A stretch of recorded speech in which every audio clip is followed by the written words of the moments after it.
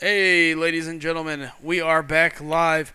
I am 2 minutes behind schedule, but to be fair, I was having a chat with my guys, going over some things with my mods, looking forward to what we got coming up with our ranking system, going over what we're going to be looking at, and really nailing down our system because it is different. It's going to be unique. It's going to be something that most people I don't think have ever seen before. So it should be a fun time. It should be interesting. Uh,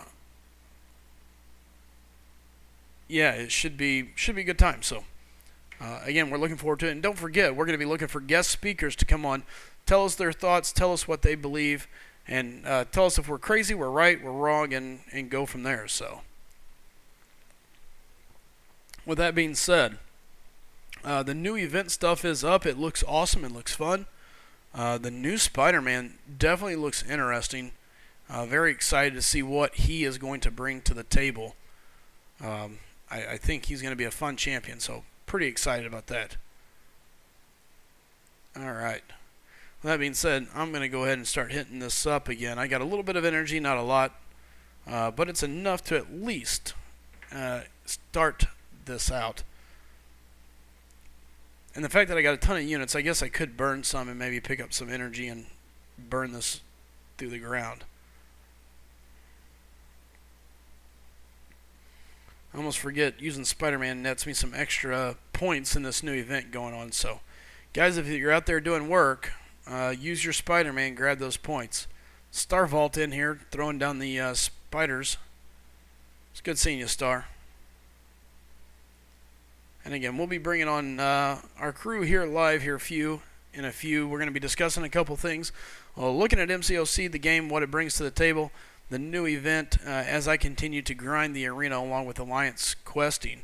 My Alliance quest has not been too good this week. And I don't know what it is. I could not get Wolverine to proc a heal to save my life today. Well, to save his life. The good news is I still got magic. I'm going down the power gain node, so shouldn't have a problem, but who knows? Shouldn't be a problem. The good thing is I got more than enough potions and pots to make sure, but still not ideal. Hey, what's up, Jesse Rivera? Good to see you again. We really appreciate you stopping in and saying hey. So, and again, guys, if you got questions, please ask. Yeah.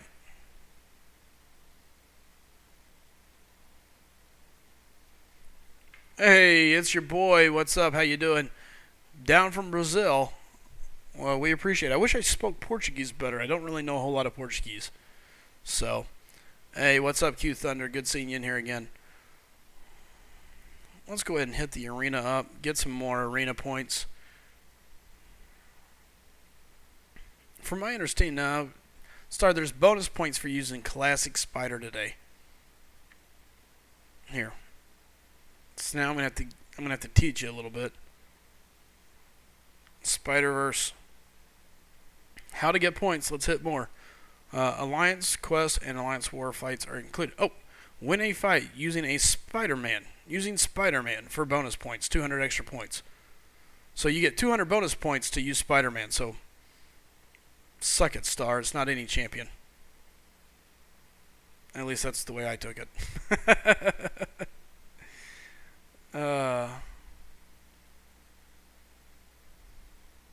Too funny.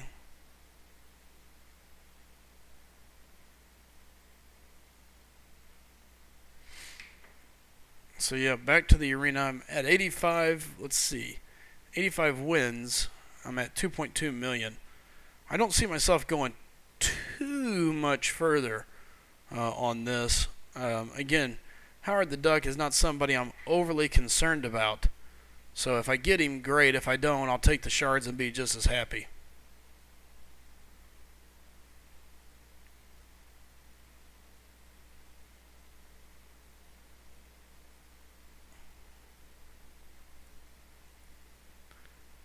So outside of that, what is everybody else's opinion on the new event, the new stuff so far?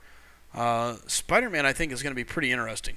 He's got a lot of interesting points to him. He's got power drain. He's got an AI system. He's got evade. it looks like he's going to be a total utility style champ. Can't wait to see. Star, no, any champion gives you a point. It doesn't have to be though. I don't think it gives you the bonus. Somebody was telling me they saw only the OG Spider-Man gives you the deal. Now, I could be wrong, but that's what somebody was saying earlier.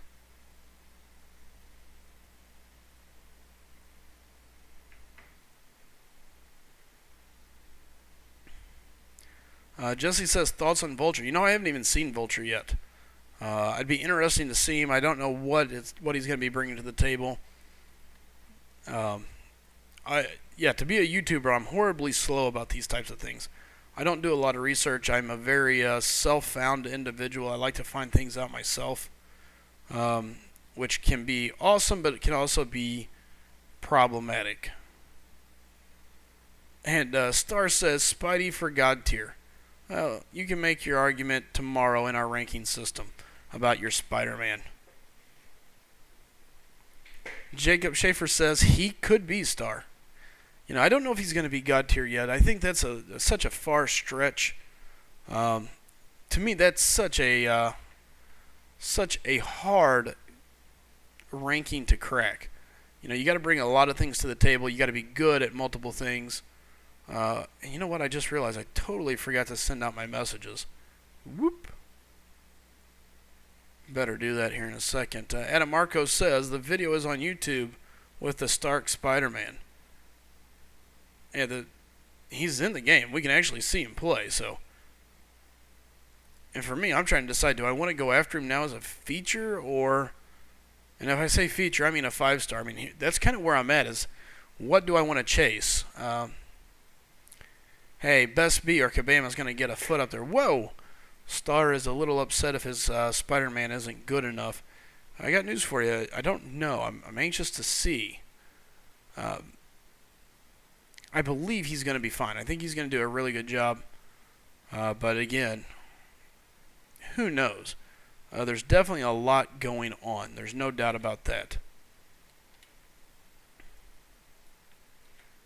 And again, guys, I'm going to go ahead and start plugging so everybody knows. But don't forget, tomorrow we do go live with our ranking system. I was actually just chatting with my mods and my crew about that to make sure everybody is on the same page moving forward. So definitely looking forward to it. I think it's going to be fun.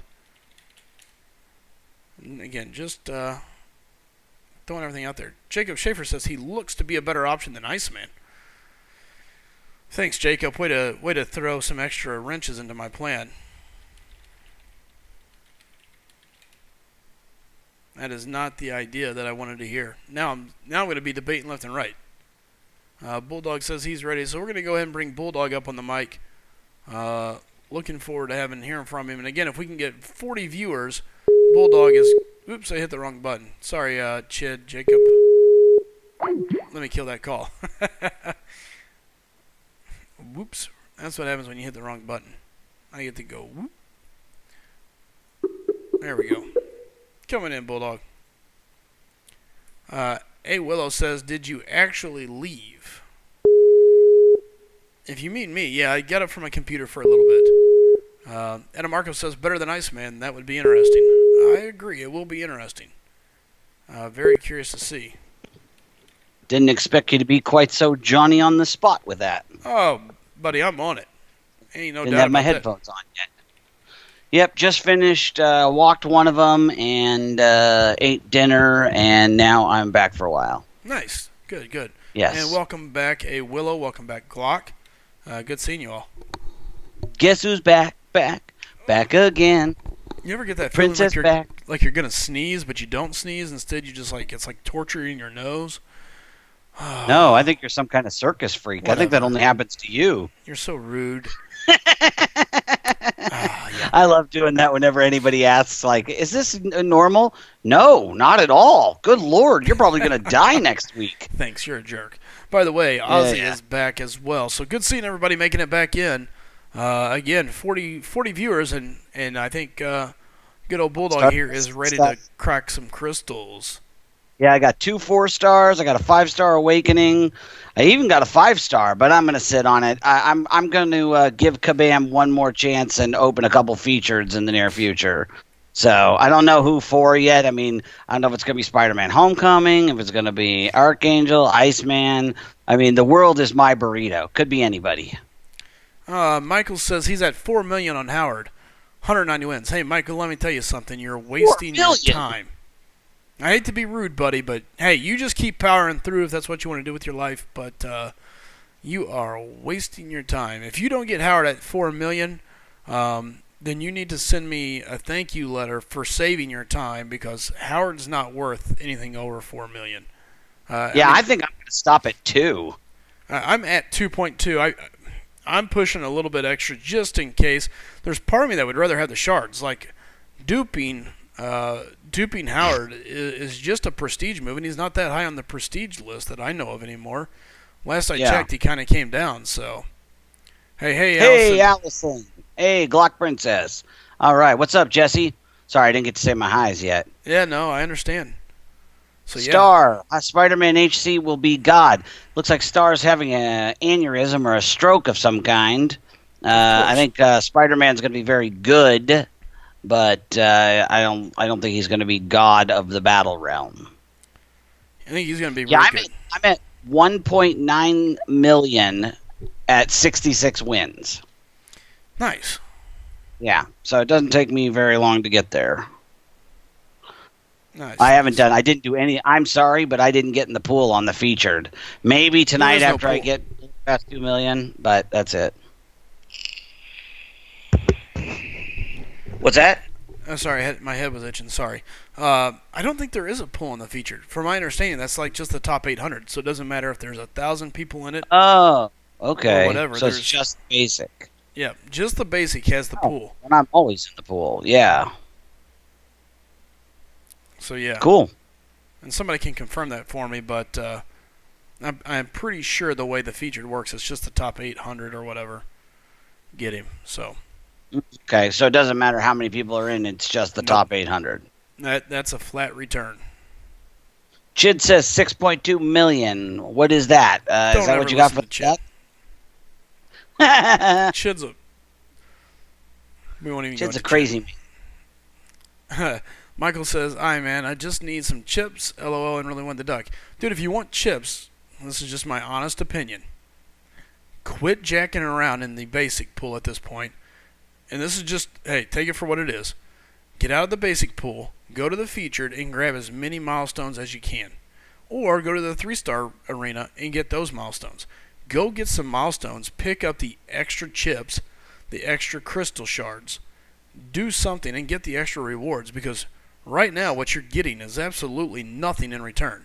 I mean, once you get Howard, you get Howard. Unless you're going to be in that top group that gets the rank up ticket or whatever. What is the point? You know, it just makes no sense. You're donating time. That's all you're doing. So, I'm just telling you what I think, man. And I'm not telling you that to be a rude jerk to you. I'm just telling you, you're wasting your time. If you're not going to be able to get the rank up ticket, I'm just trying to help you diverse your account here, saving yourself some headaches. Did anyone else lose connection to the stream? I had to reboot just now. That was weird. But I can still hear you talking. Obviously, we're still... Okay, yeah. Well, I see our numbers went way down, too, and I wondered if a bunch of people had to reboot like I did. I just had to completely reboot it to get it back up. I know that was happening earlier. It happened to Frojo while you were gone. So, what have I missed? What have you guys been talking about? There's just been a lot of chatter. I mean, really, we just kind of really started back up. What's up, 1A? Good seeing you again. And yeah, it looks like everybody is confirming there is no pool for the featured. It's a flat rate of top 800. Oh, okay. Well, good to know. Boy, that makes it even. Yeah, that's. I didn't realize that. I thought it was a percentage as well. That really changes things. Yeah. No. Jesse Rivera says, "Who should I rank first? Pillow Hands or Carbage?" Wow. Neither. Is that an option? hang on to the supplies. Yeah, whatever resources you're going to be using on that, that is a waste of time. Now, I mean, if you don't have a whole lot of champions, I would go Garbage. He's got a higher prestige. He's a newer champ, a little more. He's useful in those long fights. I mean, we've talked about just how essentially worthless Pillow Hands is because what his signature ability, that indestructible. Ooh, oh boy, like unless you could hold it till you get hit by an L3, it's essentially worthless. It's kind of like a duped Pillow Hands is as effective as an unduped Juggernaut. Like with Juggernaut, you get that like 2 seconds of unstoppable at the beginning of the fight. Like, what does that? Maybe get you one free sequence if if they hit you and bounce off, but other than that, it's worthless. So, I mean, if I had to choose between those two, like you put a gun to my head and made me do it, I'd choose Garbage for sure. Yeah, I think I would go Carnage. I think. I don't know. Yeah. I mean, either one. It'd be one of those things that just personal play style, I guess. Which one do I rather think looks cooler or something, I guess? Yeah, like I said, Garbage is newer. He's got the prestige going for him. Pillow Hands is, nothing even for prestige. So Starvault says there is a pull, but only for the shards. Top 800 get a champ. Yep, kind of got that. 1A says leave a like. Absolutely. Leave them, fellas. We appreciate it. Ellis, good seeing you back in here, man. Always good. And he says he hates having Pillow Hands. Well, I don't disagree with you there. Yeah, I have him, and he's duped, and he comes out when I'm doing Arena, and that's about it. Pillow Hands is Luke Cage. It was a term coined on another stream, and it's kind of spread like wildfire. Yep. But remember, and we also have begun referring to Punisher 2099 as Pillow Guns. But anytime you refer to him as Pillow Guns, you must say brought to you by iMac. iMac swears he was the first one to call him Pillow Guns, and he deserves the credit. Good friend of the stream. Hey, what's up, Ben Aquazi? Glad to see you in. It's good seeing you, Ben. Hey, real quick, you see this? Allison opened one Map 3 Alliance Crystal. Got a Science Tier 4 Catalyst. Pretty impressive. You know what makes me mad about that? I've been opening Map 5s for I don't know how long. And yet to get a full Catalyst. Hey, Michael, take it easy, man. And again, buddy, I'm not trying to pick on you. I'm just telling you what I think. I'm trying to help you. That's it. Dude, if you want to keep smashing out points in the arena, have at it. And again, by all means, guys, anything I say is my opinion, nothing more. Don't take it personal. I'm just telling you what I think that could help you. So if it hurts your feelings, man, sorry. Kleenexes are at the door. Make sure you grab a couple, but hope you do return. Yeah, Luke Cage should stay at R3 forever. I agree with that, absolutely. Yeah, I was telling you, I got the first time I did a Map 5, that I got Map 5 crystals when I joined that alliance briefly, and I got 2 Science T4s complete, like out of one, like I opened them at the same time. I opened like 6 crystals, and 2 of them were complete T4 sciences. I was amazed, and I have not seen one since. And that was months ago. Yeah, well, great. Here, you want me to tell you the last time I saw one? The word is never. Never, ever have I seen a full tier catalyst, basic or class. Neither one. That's unfortunate. I've gotten 2 basics, so I've at least got that up on you. I mean, it just drives me bonkers. Makes me so mad.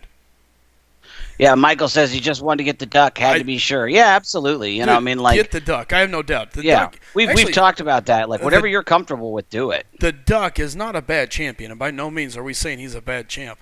I just don't see him going for more than really 2.8, 2.5. But what was he last time? 2.45 roughly. He could go up a little bit. But at the end of the day, I don't see him breaking the 3 million mark. Anything over 3 is more than safe in my opinion. Now, if you're just looking for battle chips, again, have at it. But I think it's a no-brainer. Shoot, I forgot about the Astral Evade. I think it's a no-brainer there. You got to go and get the milestones. You're just losing extra rewards is how I look at it. It's nothing else. It's not like I think you're crazy or stupid. Just grab the extra rewards. Because the extra crystals, the extra battle chips, everything, it all adds up, Yeah, when you're hitting those milestones, you're getting a chunk of 1,000 or 1,500. Not to mention the Prem crystal shards and the arena crystal, the arena boost and everything. It definitely adds up. That's why I like usually like once I hit all the milestones, like my motivation goes out the window. Because it's just I like, agree. now I'm not getting at least I have that to look forward to every time. Yep. Ella There was says something. someone's put up 31 Furies. 31 Furies 31 with Furies, their Howard wow. the Duck. I mean, he's got some gimmicky to him. I mean, you can really gimmick around with him and make him pretty dangerous. Problem is one of reliability. Sure. You don't have any control. Like any of the champs that do random stuff, I stay away from because so much of this game is about planning and execution. And it's just like if somebody has a random regeneration, I barely count it as a regen. If I can't count on it, if I can't calculate and work around it, it may as well not even exist to me. Yeah. No, I kind of get where you're coming from. I like that. 1A was like, oh, that Mordo crushed your Wolverine. Psych. He just had me down. Wolverine did what he does and hangs around, lands a couple big hits, and then finishes the fight. So, go Wolverine. Yeah. So I'm having to take the bleed path now in our battle group, and boy, that sucks. Now I know why I was never doing it. I'm going to have to start bringing my vision into... I'm using my Ultron, but maybe I'll dupe Nebula out of my Marvelous Crystal later, or, and I could always take her to rank 4 or something. I don't know. But I do not... It's not nearly as fun as that Mystic path is, that's for sure. Yeah, Michael says, how much for Joe Fix-It, guys? I'm not so sure if he won't come free in the arena. Like, if you just log in and hit arena, that you don't even if you don't fight. Yeah, like you just automatically get him. Congratulations, you were the only one to enter, and you got him. Yeah. Now, I think Joe Fix-It'll... I think he'll be Winter Soldier again. 1.8, 1.9. Been around for a long time. Not a highly sought-after champ. Has some functionality. He's got the poison resistance, and he can do some serious bleed. I like how you're trying to really help that out. But let's all be honest. He's a champion you're never going to use unless you don't have another 4-star. And then at that point, you've got a shot at winning your first 4-star ever in the arena because you can probably get him with just a bunch of 3-stars because I don't see people going for him. I mean, everybody could be in the featured arena just for that. And that could be what they're pushing. I mean, they could really be pushing for Spider-Man to set the record and beat Carnage. Putting him up against just a garbage basic. Absolutely. Nobody's motivated to even go for it. Yeah, I'm going for Joe Fix-It because I have him. I've had him for a year. I've never duped him. And a dupe champ is better than an unduped champ. So I'm gonna, even though the big problem with Joe Fix-It is once again like Pillow Hands garbage special or garbage dupe ability. His signature ability is just dumb as a bag of hammers. Here's the thing though. What is a one duped Joe Fix-It really bring? I mean, the next time you pull him in a crystal, it doesn't matter whether it's duped or not. You're still getting the same rewards. So who his really PI's higher, and he'll earn me a few more points when I use him in the arena. That's what. Oh my god. Not a lot, but not that. Enough. I'm not putting up 16 million, dude, for Spider-Man. That's just not. Well, I don't disagree, but I'm just saying, I would rather do milestones. Let's see here. Master Gamer says I got a 2-star Carnage. Nice.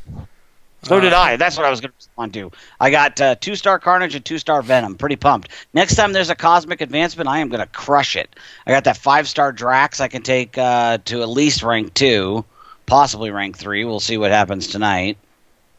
And then I got those 2-stars, so I'm looking forward to it. Hey, what's up? Steve Torres back in the house. Good seeing you. 1A says, LOL, no one will even try for Joe Fix-It. Yeah, I think I'm on board with that one.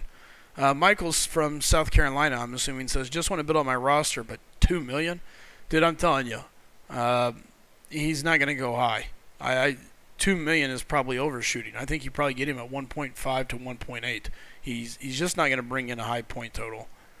Allison Well, says, he'll have to go for above 1.5 because so many people go for the milestones and stop at 1.5 that you'd end up with a huge, with the way the percentage system is, you'd end up with this huge bottleneck. So I think, if anything, he could go at 1.7, but I don't think he's going for much higher. I don't know. Let's see here. Allison said Joe Fixit was her first 3-star champ. Yep. Sorry, Allison. Sorry. Chid says you were kabammed and didn't even realize. Yep, she had. Yeah, no exactly. Clue. She was too new to know she had just been kabammed. She was like, "Oh man, I got Joe Fixit. Look at this guy. Awesome. He's got a Tommy gun." Yeah, little did you know he Tommy gunned you. Ellis says the highest arena cutoff was Dormammu, whose cutoff was 18 mil. One Ace says Ghost Rider was higher. We got no PS. Right. Well, here, guess what? Let's find out who's right and who's wrong. Let me go to my handy-dandy computer. Now the spreadsheet. Handy-dandy computer. And pull this up. Alright. 4-star featured. I bet this is going to be old school stuff. Wait a minute. Who are these champs that we're arguing about again? Ghost Rider and Dormammu? What's up, East Salinas? Good to see ya. Those guys haven't even came into the deal since the new system. What are you talking about? What you talking about, Willis? Well, the way the arena has changed, where it's featured, basic, and 3-star featured. Dormammu was before that, and so was Ghost Rider, I believe.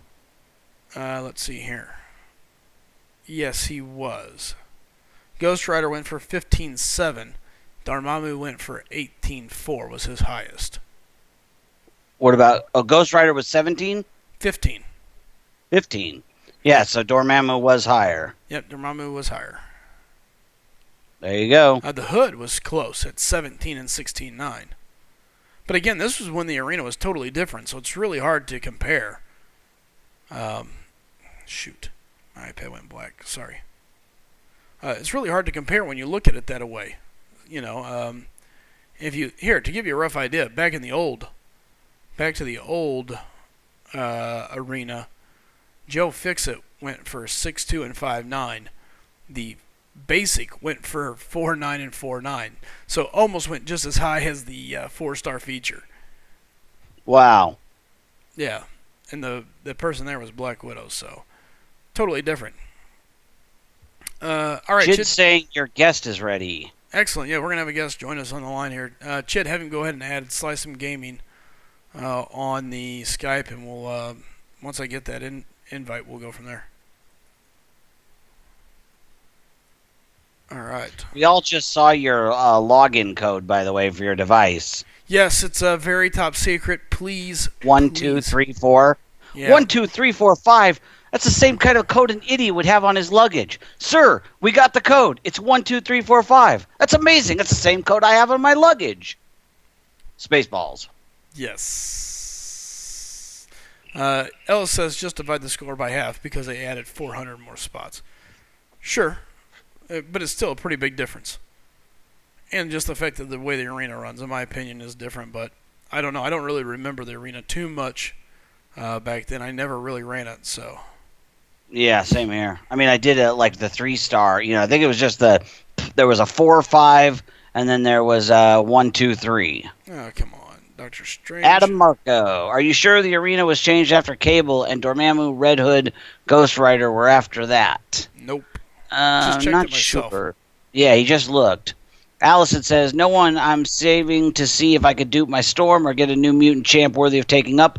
I don't have a mutant on my top 5 yet, so it would be better for me. Yeah, I'm in the same boat. I've got 7, almost 8 mutant T4s. I don't have a single mutant rank 5, and I already have Wolverine and Nightcrawler at rank 5. I almost took up X-23. I thought I had, but I just left her at 440, I remembered, because I already have Wolverine. So I'm just going to save those resources until I get my hands on an Iceman or an Archangel and can dupe them. Look at that. That Doctor Strange L2 is definitely hitting like pre-nerf levels. That was amazing. You almost died. Yeah. Real quick. I mean, it was not like that a couple days ago. I'm going to go back and say hey to East Salinas. Good to see him in here again. Cam, good seeing you again as well. Adam Marco, what was he saying here? Oh, Michael, I am Bulldog or not, and if you subscribe to Slice 'em, you've subscribed to me. Yep.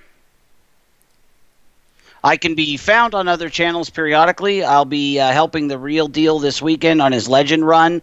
Slice 'em and I have both guest spotted on Frojo's stream, but this is my home channel, and if you want to hear me, this is where I'll be pretty much every night. All right.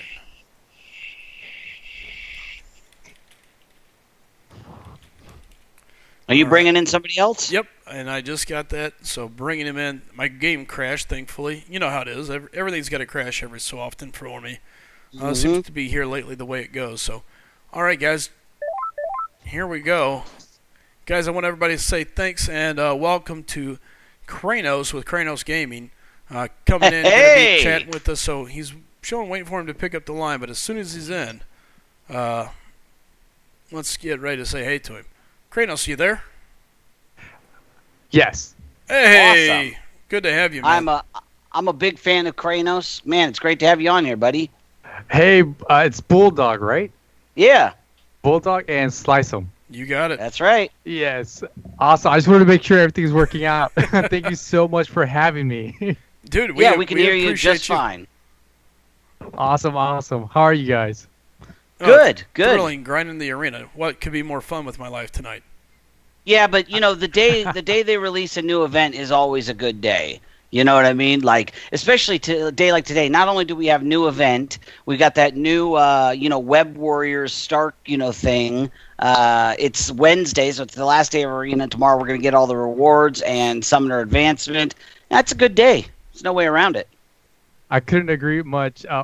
I agree. I love it. It keeps me busy. Oh. Yeah. Adam Marco says, crashing is Kabam's company motto. Yeah, it could be something like, Kabam, keep those crashes coming. Well, I mean, Kabam alone kind of explains it. So. That's a lot catchier than Milk the Whales. Although that's a much more accurate one. Like, which do we do more of? Crash the servers or Milk the Whales? Both! Yay! Both. Yeah, exactly. First we get their money, then we crash the game on them. It's win-win for us.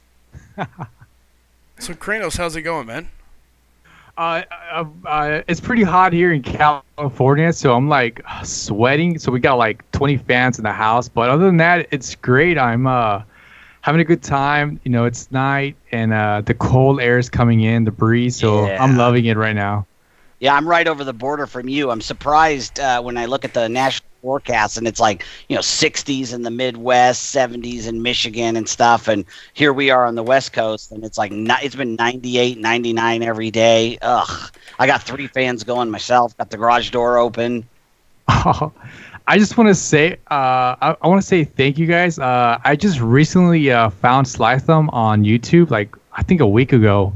But I was very intrigued with your guys' discussion. So not only was I able to play the game, but you guys kept me intrigued. Like my mind was like racing. Like, oh my god, they're discussing about this, and what if this happened, and what about that, and blah blah blah. And I loved it. I just want to say, I'm glad. I like what you're doing here. I love it. So good. I really do appreciate it.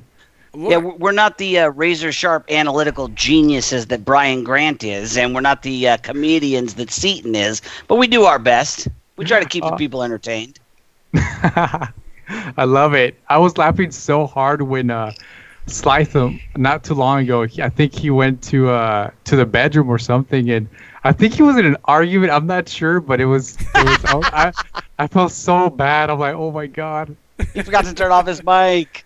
Yeah, we're like hearing you yell at your old lady and stuff. Yeah, that was pretty funny. I'll have the police. It definitely sounded like you threw her down the stairs, kicked a puppy. We heard it all, man. We heard it all. Hey, what's up, Trey Farrell?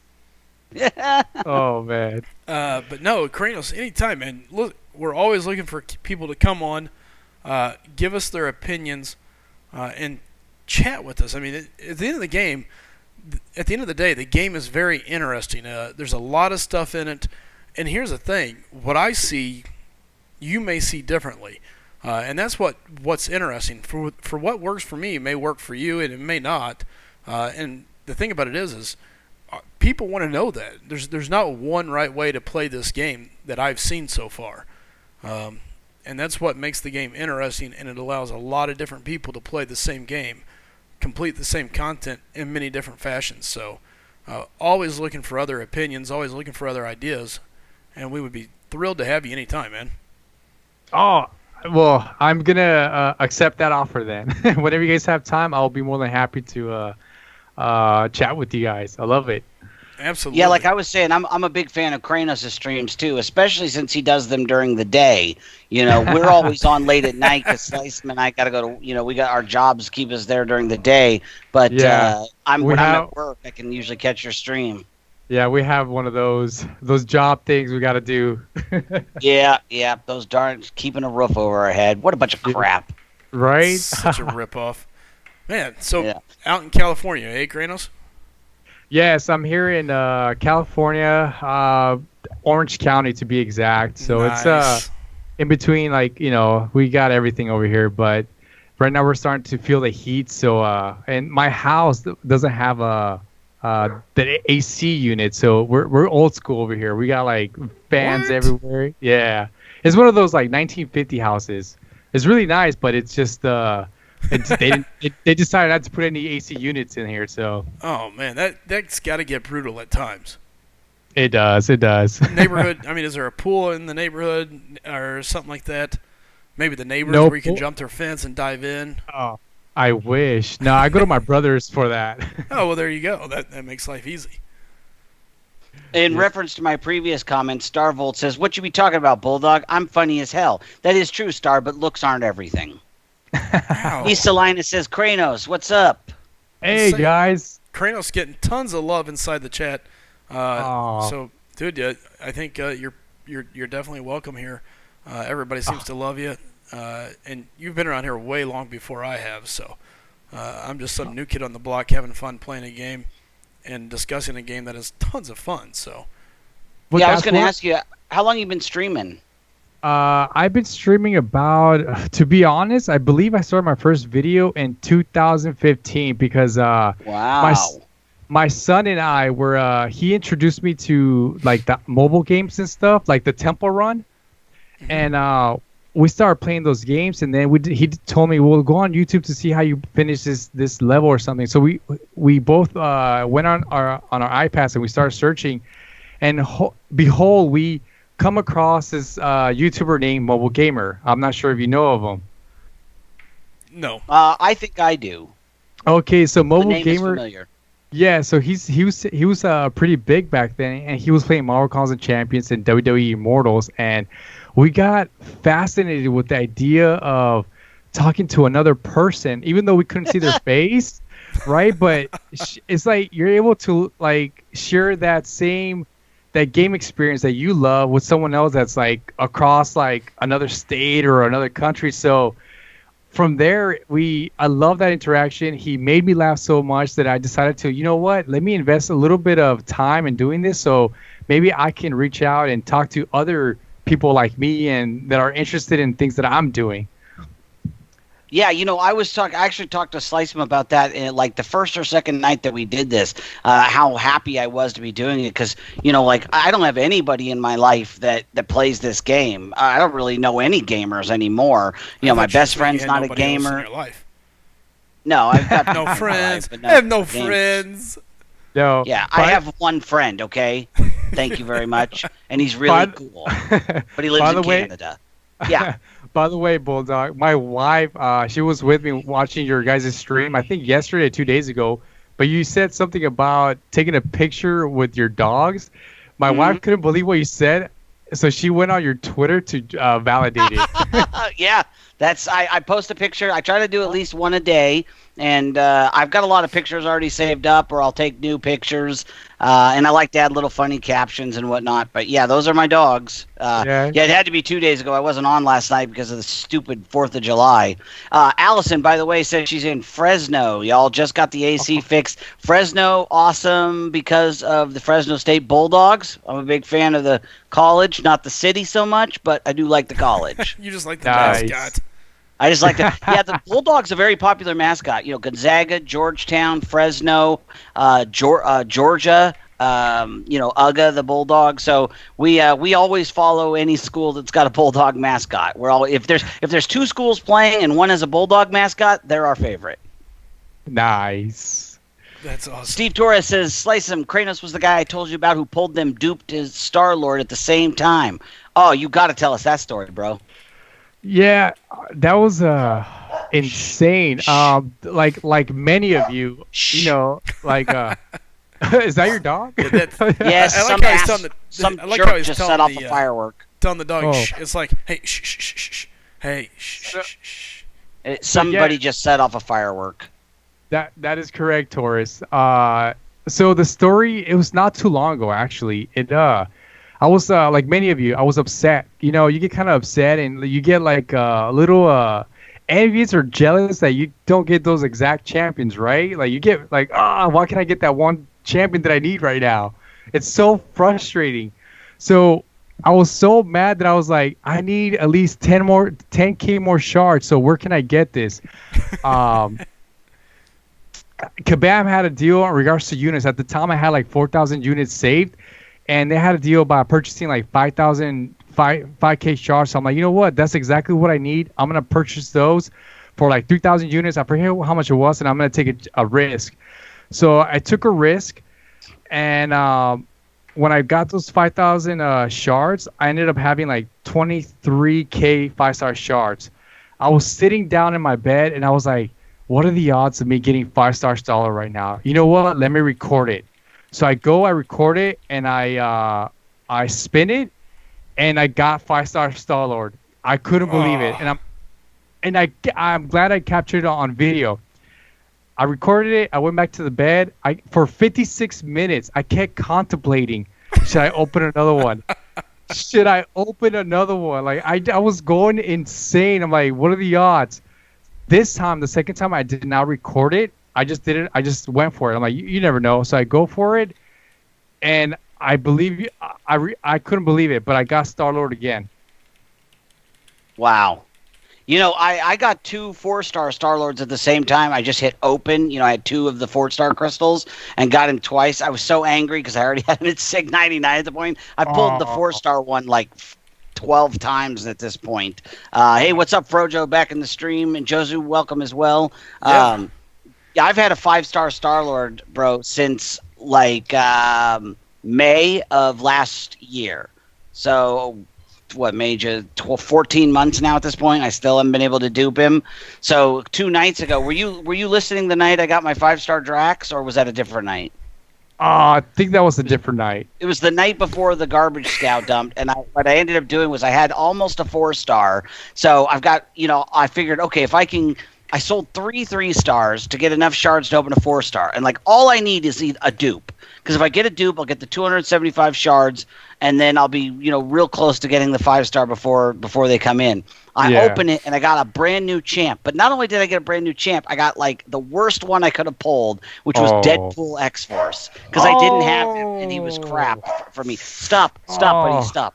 So then I sold 2 4-stars to get the 5-star, and thank God I got the 5-star Drax. Because I had 10 5-stars at that point, and I finally just duped the first one. Like, I opened 3 5-stars in less than 30 days, and thank God they were my first dupe, Magic, and now Drax. Because before that, it was all crap. But I'm going to open my 5-star Awakening gem tonight, and if I get tech, oh my God, I'm going to lose my crap. I'm like, seriously, because then I'll have Drax and Star-Lord for my LOL run. Hey, what's up, iMac? How you doing? We were just talking about pillow guns. We gave you credit. I made sure. Yeah, we got a lot of good people joining the chat. iMac here saying, hey, Sly, all day and all night streamer. Maybe? No, just kidding. Today I got off early, so I was able to go early, and now back at our normal programming time, if you want to put it that way. So. Yeah, iMac says, Bulldog, I got Thor as my first ever 4-star back in 2015. Still have not duped him. Ouch. Isn't that insane for a player of your caliber? And like, same thing with, I still haven't pulled Scarlet Witch. I mean, she was a launch champion. I've pulled Star-Lord 12 times. I pulled Doctor Strange at least 10. You know, I pull Wolverine 9 times, Storm 9 times. You know, it's like there's so many champs that I pull over and over and over again. Yeah, I still haven't pulled Star-Lord or Scarlet Witch. I just finally got X-23. You know, I haven't duped my classics. I haven't duped Joe Fixit, who was like my 4th 4-star. So, not that I'm complaining about that last one. But the point is, it's just so weird that you can get so many. Now, Frojo, I haven't been able to catch up on any videos today. I caught like 30 seconds of Brian's video about the update from yesterday, and then I had to go. So, but I will catch up on it here in just a little bit. You want to give me a Cliff's Notes of what the video was? I can't remember. Well, anyone see this video today? No, but while Frojo types that out, Cranos, kind of similar to your luck, only not near as cool.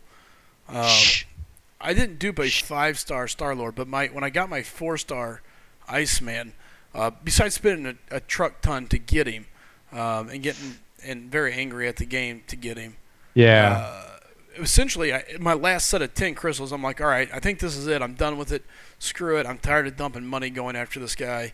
I was just totally pissed. But yeah, my last set of 10, I pulled him and duped him all of the same set of 10, so that was kind of cool. That's the coolest one that I've had, but it's not as cool as, like, you know, pulling a 5-star Star-Lord and then duping him the very next pool or anything like that, but yeah, that's some epic luck. That's nasty. Like, there's good luck and then there's epic luck. Yeah, it's weird. On my account, for some reason, I have like maybe once or twice a year, it when I open a 4-star crystal or now a 5-star too, I end up opening the same champion twice. I don't know if it's a glitch, like a glitch on the game or something.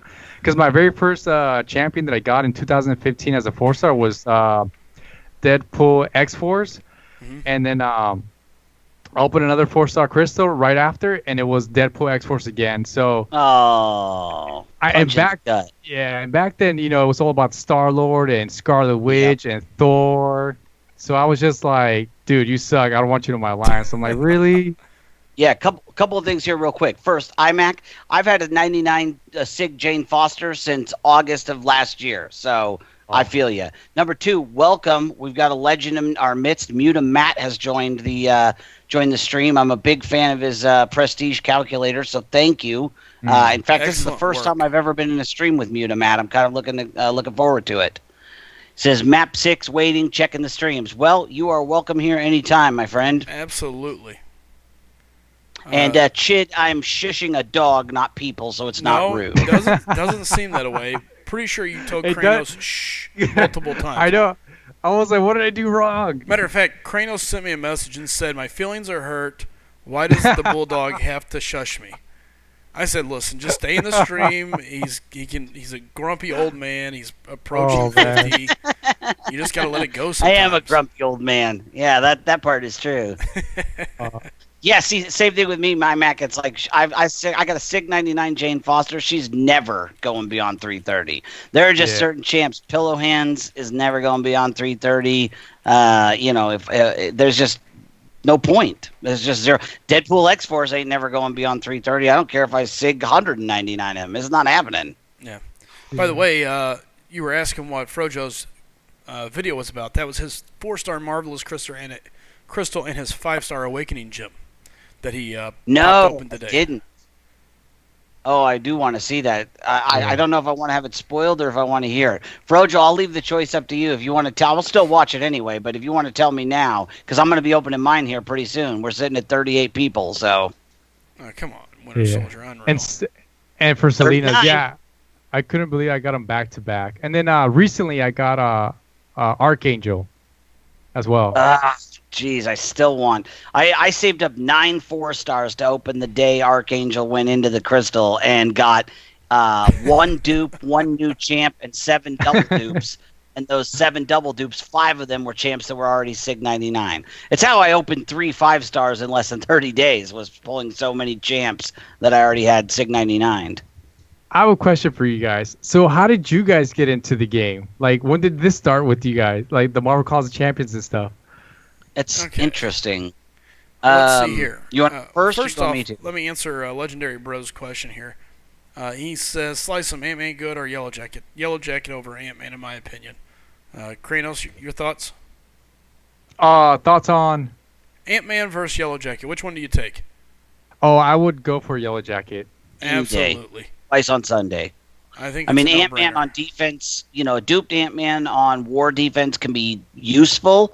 That glancing ability, especially, for Thorns, where it's just going to drag the fight out. Than anything. Is annoying, exactly. And if you've got a Black Widow, it's going to totally handle it. Yeah.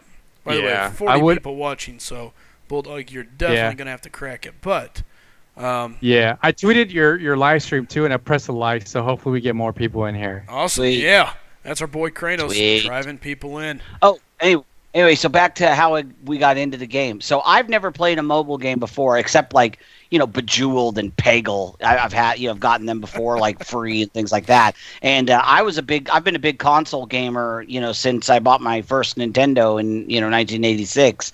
I played Atari before that. But I had a huge console collection, but it took up an entire room in our house. I had every system, just about every system. There's a few rare ones, all the major systems from the Odyssey 2 up until the PS4 and the Xbox One. But again, it took up like a whole room in our house, and my wife hated it.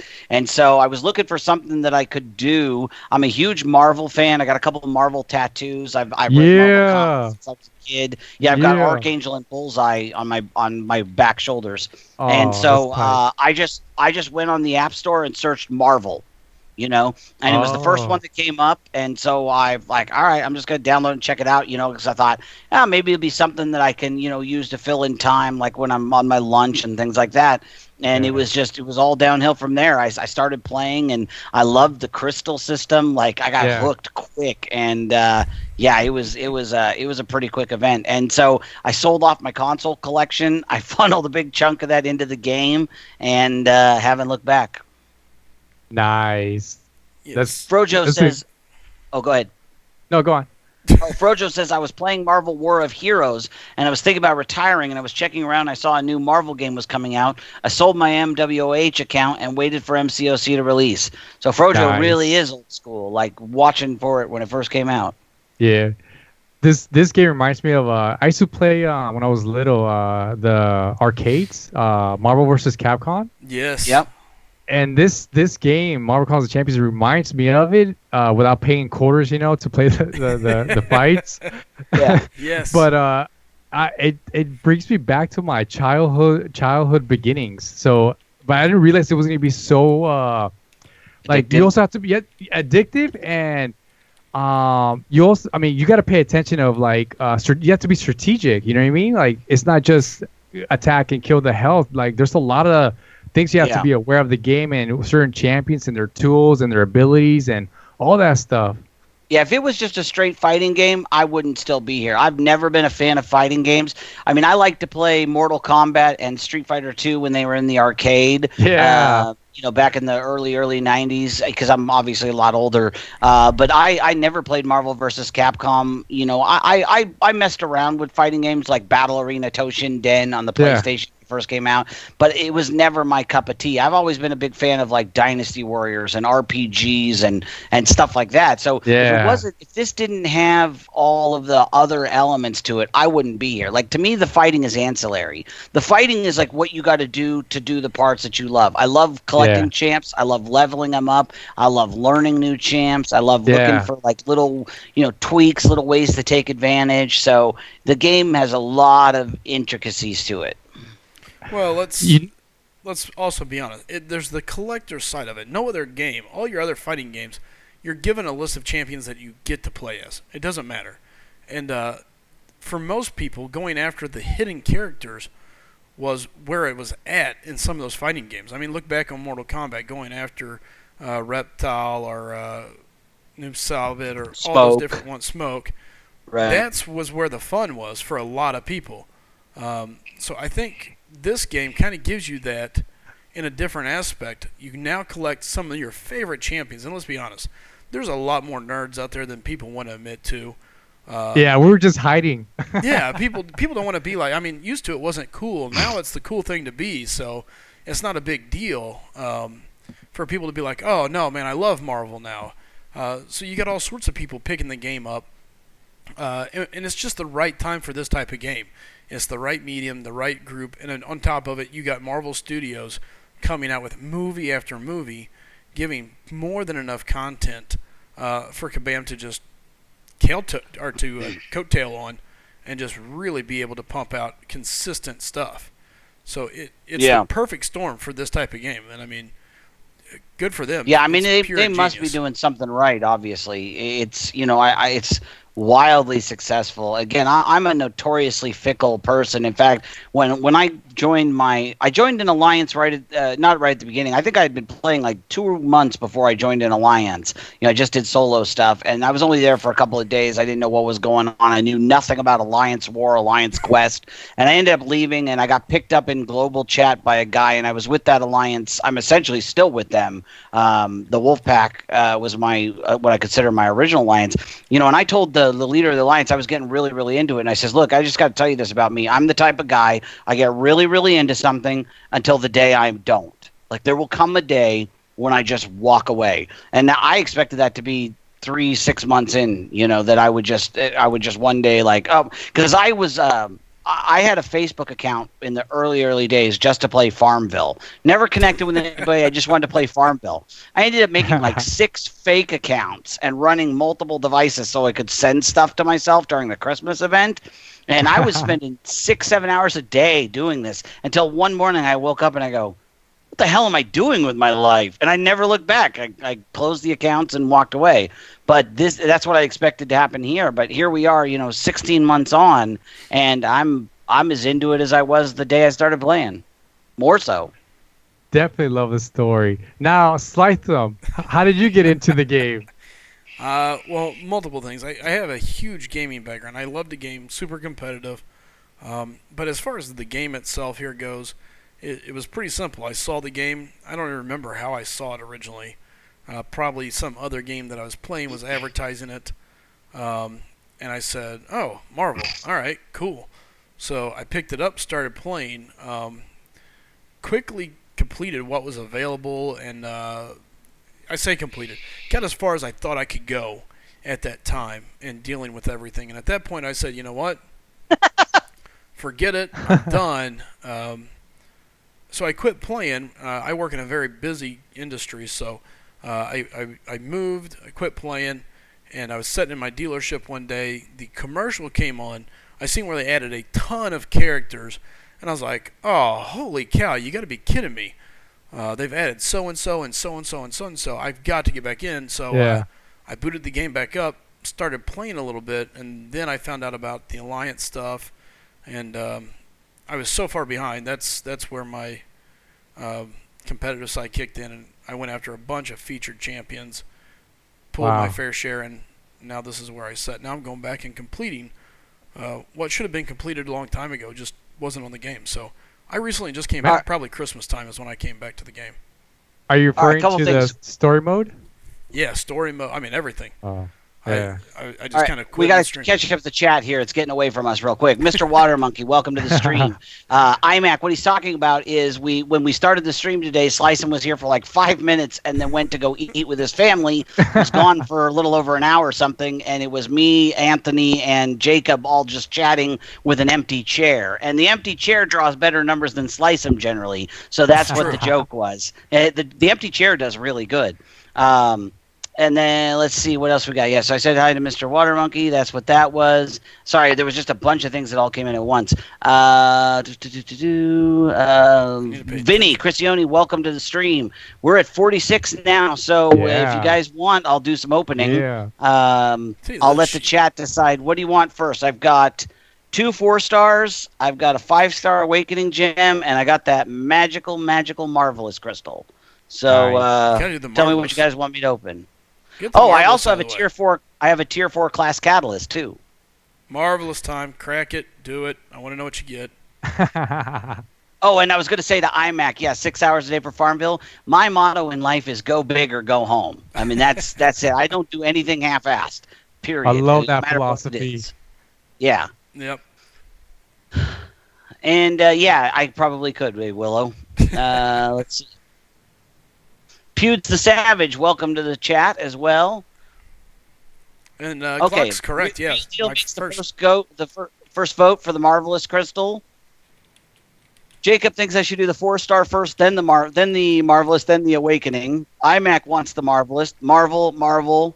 I don't know if you're aware, but Marvelous pretty well won. Just go ahead and crack it. Okay, Marvelous. All right. Well, you guys know how this works. So here's what I'm going to do. I'll make sure the fan is not on it.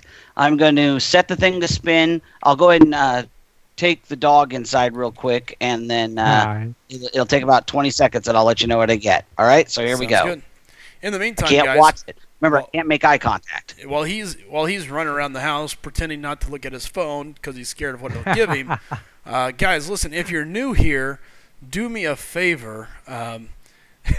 Do me a favor, hit that subscribe button. If you've been around, hit the like button. Obviously, if you've been here for a bit, you enjoy the content, you enjoy hanging out. So tell a friend, a family member, your neighbor, just whoever it is around you that might want to come hang out with us.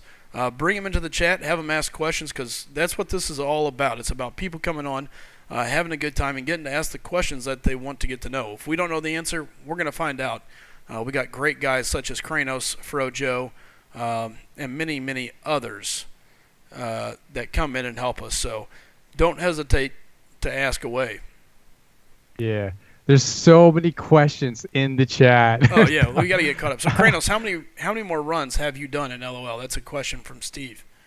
To answer Steve's question, I've only done the easy path. I still have to finish the other 6 paths. I've been saving units to complete the rest of them.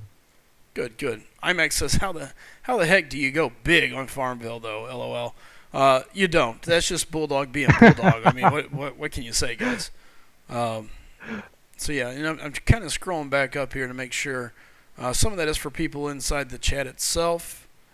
I know there was a lot of questions about my chair. At this point, I'm about to put my chair on eBay. It sounds like it's going to bring it could bring me some money. Jeez. Yeah. Someone said $1, $2, $3, $4 over there. Hey, maybe we can start an online auction here. Hey, come on now, 5. So, IMAX says, am I the only one that thinks Slice'em looks like he's DJing a party the way he streams? I didn't know that, but maybe. Okay, let's DJ it up. DJs make good money, so I'd be okay with that. Yeah. The party life, too. Yeah, no kidding. Frojo says, I think Slice'em should have Bulldog capture the Skype video. Believe it or not, we don't run a Skype video at all, but I've thought about that as well, so I've debated that a couple different times, so... the Pewds the Savage says, my whole family subscribes to your channel because of me. That's one family down, America. The rest of you, well, and all my other Indian followers and everyone else. Look, that's one family down. Get your family members in here. We can have family discussion. We can have, when you're having family story time, it can just be, Slice'em time. Lots of good stuff there. There's no need to be afraid about it. Get everyone in Dang here. it. Everyone. Yeah. What? Oh. Well, at least it wasn't pillow guns. Carnage. Yep, you called it. Oh, wow. That sucks. I really wanted to either dupe my Nebula or get a Yondu. I mean, he's essentially worthless. I'll 330 him during the Cosmic event, and then I'll probably never touch him again. What a bummer. I mean, at least it was essentially free. Because I got the units. Real quick, yeah. Vinny asked Cranos, who'd you beat LOL with? Oh, Star-Lord and Storm. Star-Lord and Storm. Nice. Let's see here. The Real Deal says, what episode of The View is this? Well, today's the 5th, so it would be the 5th. Well, we've done many more than that, but yeah. The 5th of the month, yeah. Dilutus says, got a Q pulled. I think that's supposed to be pulled a Mutant Awakening 5-star, other than Iceman, which is my hope to pull. Who else would you look for? No Mutant 5-star currently. I think there's quite a few Mutant 5-stars that I would love to see awakened. Archangel, Iceman, Rogue is usable, Storm. I'm trying to think. Yeah, I would have loved Nebula. Jeez. Cable's another one. Really? See, I'm not really looked too much into Cable, but no, I don't like him personally, but a lot of people, I don't even have him. I wish I had him, but I don't know if that's another one. A lot of people seem to like that guy. Yeah, I guess. I don't know. I think Cable's okay. I wouldn't use a generic gem on him, but I would personally go for Iceman, like Slice said, and Archangel. Oh, Archangel. Yeah, Archangel's my favorite attacker in the game, by far. Leaps and bounds. He is just massive. I love the bleed, the poison, the neurotoxin. It's insane. The neurotoxin just takes so many. It does. So many game factors away. Regen gone. Ability. I mean, it just. You don't have to deal with so much stuff. And when he places those notes on that opponent, then you get those random stuns. Well, it's not random. It's whenever they expire. Oh, okay. Yeah, anytime those expire, you get a stun. So, and it's just sexy all the way around. Lots of damage, free stuns. It doesn't get much better than that. So, the real deal says, Sly, is your chair going to help MC my legend run? LOL, last chair joke. My chair will be happy to show up. I'm going to start charging for MCing and bringing my crew to MC different people's runs. That's what I need to be doing. What am I doing with my life? Wait a minute. Be professional YouTube MCer for everybody else. That's the game. Dale says, Vinny, give me that tech gem for my Star-Lord. Dude, I would have loved to pull a tech gem. I got science. Yeah. I was pretty sad about it. You got science? Yeah, I got science. Okay, I got science too. Everybody got science. I talked to a bunch of people. Everybody seems to be getting science. Yeah.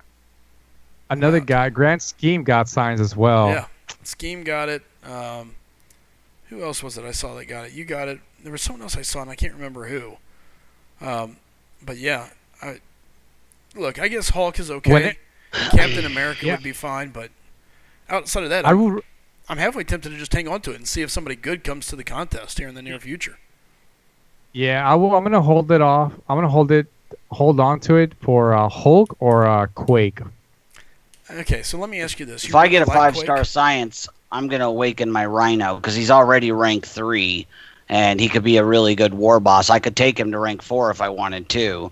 Rank 4 Rhino would be pretty effective. R31, the deal with Rhino not being in the Spideyverse Crystal is because, Jacob said it, we talked about it earlier, they want him to be an exclusive for ROL and LOL. So him, Ronin, and New Xavier Cyclops can only be gotten that way. Brojo says he didn't get science. IMAX said he got King Groot, so he's feeling better about himself. Yeah, I would have probably been happy with King Groot. I actually just didn't want to get a Cosmic, really, because any cosmic resources I get are going to go to my 5-star Drax. So I would have been much happier with, a tech, unless I pull the 5-star tech gem, then I wouldn't have cared because any resources I have in that field will go to my 5-star Star-Lord if I ever get it. Jacob says he'll pimp slap me if I use it on Rhino. But what else am I going to use it on? Ant-Man? I think you got to save it and wait. I mean, I can't hold on to it forever on the off chance I'm going to eventually get a Hulk. No, but I think you can wait a little bit. I think that's a look. That gem's not going to come around every day. I think you hang on to it for a little bit and see. Now, if you go a month and you don't get anything useful, then you start questioning it. Okay, man, maybe now it's time to pump it into. Yeah, you're right. Because if I did pull that 5-star Hulk and then didn't have the gem, I would hate myself. Because I mean, here's the thing. I agree with Slice Thumb. So I opened the 5-star Crystal Gem and I got the signs right. I do have a 5-star Rhino, and I had Ant-Man. So I was planning, just like Bulldog, I was planning to use it on Rhino. But then I was like, you know what? Let me find out if I can get a magic from this 10K 5-star crystal. So I pop it, I record it, which I'm going to post it tonight for Thursday's video. And guess who I got? Magic. Who? I got Rhino. Oh. Really? Yeah, so I'm glad I did not use that science on Rhino. Yeah, you would have been Superman. Yeah, no kidding. IMAC asks, has anyone made a list of the new 2-star champs in the Spider-Verse crystals? I already got Electro and Miles Morales. I don't know of anyone that's made a list yet. I got Carnage and Venom myself, but I'm sure somebody will have one here pretty soon. Pewds the Savage says he took his 4-star Agent Venom and Electro maxed out and Angela. Very nice. I have my Agent Venom at 550 as well, and he does pretty well for me in war as a war defender. Yeah. Let's see. I'm ignoring you, Star. Let's see. IMAX says a 5-star science gem is best used on Spider-Man. That's true. If I don't know. I don't know. Nobody does it on Rhino. And a 5-star Spider-Man duped is a great defender. Okay, great. He's a great defender, and he's still figured out Iceman's going to kill him. Evade is slowly becoming nothing major. There's too many champions that are now given ways around evade. So you use an awakening gem on a skill set that is becoming the Ice Age, especially when you got someone like Iceman that's going to instantly nullify it. You got Archangel that's nullifying it, Gwenpool that can nullify it. I mean, it goes away. They can nullify evade, all of them? Yeah, I've been told that Iceman is the answer for Nightcrawler and Spider-Man. Oh, it's night and day. I've got Iceman. He walks into it as long as he's duped, because he comes with Cold Snap. I mean, he walks in and they can't evade. All you gotta do is lay down L1 consistently. You have Iceman as your profile picture, right? Yeah. Yeah. So I mean, the thing about it is to me, evade is going away. Spider-Man, the new Spider-Man, I think, has a deal to nullify evade as well. IMAX said I missed the second part of that because I was scrolling through the chat, so it was cut off at the bottom. He said Hulk would be the best overall, which of course I agree with that. Yeah, if you're going to awaken a science 5-star, that's I mean, that's to me, Spider-Man is great for defense, but the problem is that's it. You get a one-trick pony and a pony that's the trick is just slowly dying. Yeah, and those tier 2 alphas are really hard to come by. Yeah. So ranking that, if you're going to take them to 4 out of 55, you only get 3 you only get 3 champions from our level, I guess, to take 5-star champions to 4 out of 55. So you got to be very picky, I guess. To me, it's one of those things you got to be smart about. Now, I will say this: I am interested about something you said here, Cranos. You would take Quake up. Yes, I would. Because, see, now here's the thing. I have Quake. I've played with Quake. And I'm going to be very honest. I absolutely hate Quake. I'm horrible with her. So, I know I'm not the only person out there. So, a little bit of insight to what you do with Quake that makes her viable for you, if you don't mind me asking. So, for me, So if I pulled Quake out of a 5-star crystal if I went for a feature and I ended up having her, based on the pool of champions that I currently have at the moment and what's currently released, I would want Quake or the Hulk to rank up at that particular time. If there's no any other champions for me to look forward to. And if they do come out, like for Goblin, I saw a video earlier regarding Goblin, some other science, but at the same time, we still don't know if they have utilities or how they're going to play in the game. And I play just based on what we have right now. I wouldn't want to take Ant-Man or Captain America. I wouldn't go with original Captain America because Captain America World War II is so much better. And my fault was taking when I had a 4-star Captain America original. I ended up ranking him up to 5 out of 50. But once I got Captain America World War II, I realized how much powerful that champion was. So thank God for those D rank tickets. So I ended up taking that original Captain down, and then I brought Captain America World War II up. I'm getting used to Quake's what's the style of fighting. It's not more of a offensive, it's more of a defensive kind of play. Sure. So that's the only reason. But if I end up getting the Hulk before Quake, then I will go for the Hulk. So it's more of a either Quake or Hulk, whoever comes first. See, my problem is even though Quake is a good champion, I know one thing, and that is that I'm horrible playing with her. So to me, it would be a wasted Awakening Gem use because I wouldn't be able to maximize her.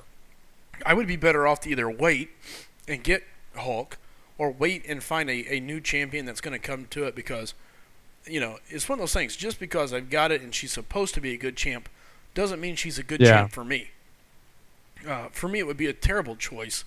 I'm absolutely horrible with her, and I get the concept behind her and the way it's supposed to work, but I can never put it. I can never get it to translate in the game. You know what I mean? So for me, I would have a hard time awakening Quake.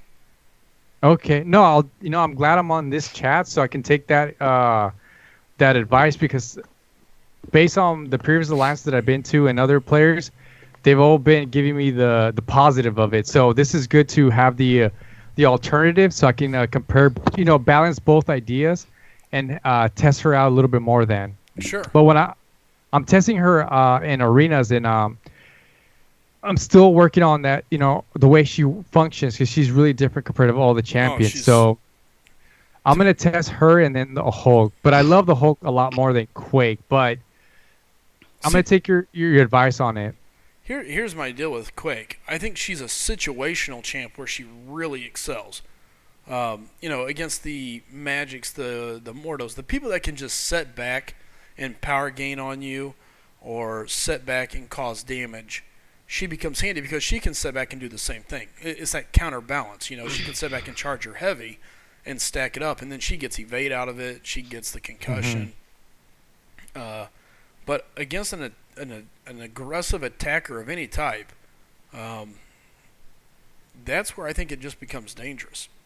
Because as you go to charge that heavy attack to stack up her little Quake deal over there, it's not hard for somebody to charge in, and you mistime it, you're getting smacked in the face. And now, if you're a really good interceptor, I guess it makes really good sense. But I've even done it to the computer a couple times where I'm like, all right, I got this timing. And then, they give me the old fake job.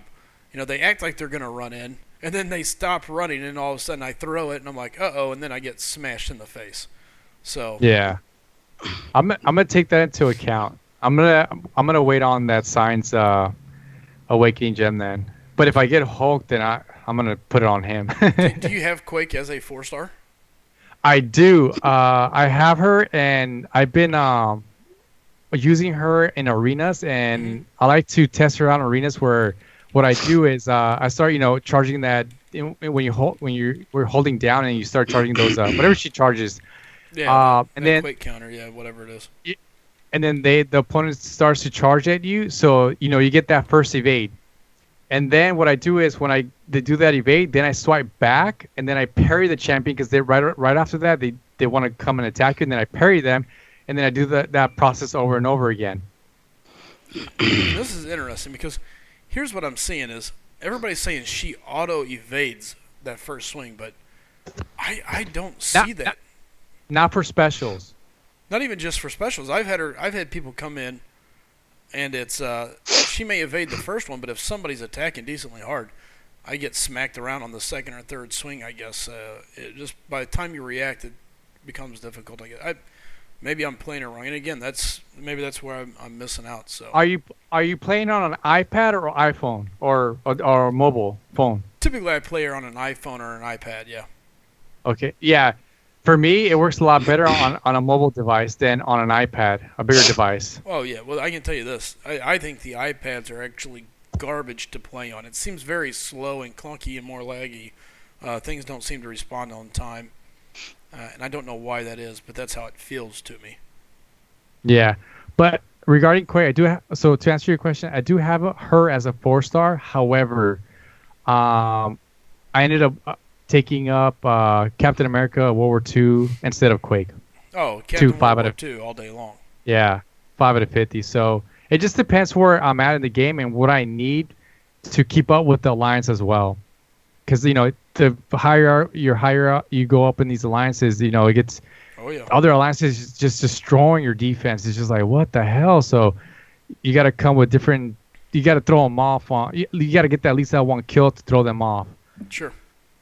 And again, guys, Chid's talking about it. 4 more to 400. Guys, listen, if you're new here, and we would appreciate it, do us a favor, hit that subscribe button. If you've been here before, hit the like button.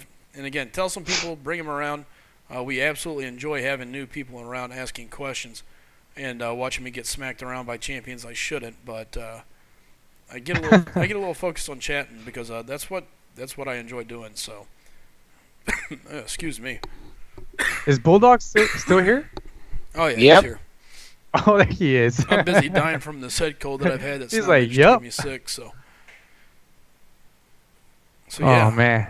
That was a good discussion. I love it. This is what I love the stream, guys. Everyone in the chat, just letting you guys know. This is what I love. Love these discussions, these debates. I love it.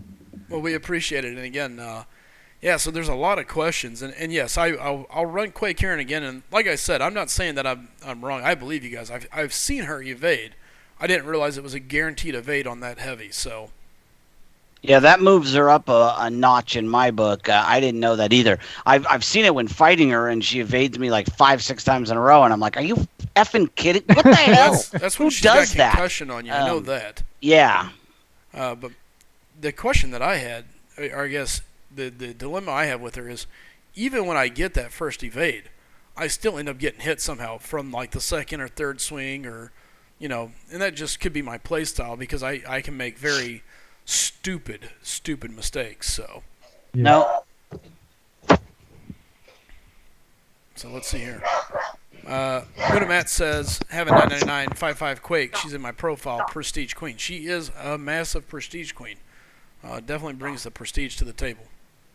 Yeah, that's too. But depending, it all varies on the player and how far they are and what you have available at the time. Oh, so absolutely. So it's that's something we argue around here all the time, is that people need to be aware of their own account, progress, their own champions, because just because somebody else tells you that so and so is good, let me explain. If you suck with them, it doesn't matter. If you can't play that champion and you don't understand how they work, congratulations, you ranked somebody up because someone told you to, and you wasted those items. You're never going to get the use out of them. So yeah. I agree with that. Yeah, that's why I waste Science Awakening gem on Red Hulk, because I listened to somebody I shouldn't have. Oh, use it on Red Hulk? Spider-Man duped, yeah. Oh. So, yeah, we live and learn. I'm much more cautious now with my genes. But he was a cool character when he came out, though. Like, that's what throws you off when these characters come out. You're like, you know what I mean? You get excited about it, and you're like, okay, yeah. Yep. But then you get the champion, and what I like to do is if I do get the champion, I hold on to them, and I see other people stream about it and see how they do. Like, I give like a month or 2 months to see how they do, and then I go in with a 3-star and test it out. Sorry, I just thought I typed that up in chat for everybody, Bulldog. Not wanting to point you out or anything. Yeah, with a science gem, luckily, not a generic. Oh, okay. Still. Yeah. Hey, what's up, I wish Slade? I could pull another science gem, because all I can seem to get is skill. Yeah. 3 in a row. Do you have Gwenpool? Yeah, I already awakened her. So jealous. So holding jealous. on to one for Punisher, God willing I ever actually pull him. And then new the other Punisher one. Or the old one? The old one. Oh, okay. Because the new one's tech. I have him in a 3-star, but yeah, that's why I have a deal with one of my alliance mates to donate my battle chips in exchange for gold, because I don't want to give up any chips until I pull the 4-star Punisher. Yeah. Oh wow, but I've opened really over nice. 3,000 and still no luck. Yeah, that's that luck. Hey, what's up, Q Thunder? Good to see you. It says you've been here for a bit. I just hadn't seen you. Yeah, what are your guys' favorite champion?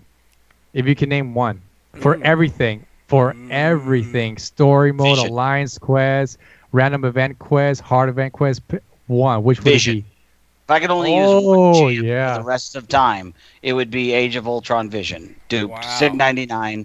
High riding like Brendan Mule. That's a good choice. It's a pretty good choice. The original or OG? The Age of Ultron. Age of Ultron. Okay.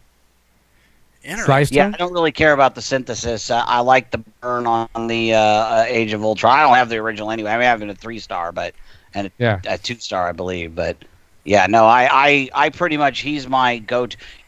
When I do AW, I pretty much use him most of the time. If I could just duplicate him 3 times, I'd have him on my war offense, my AQ, and my questing.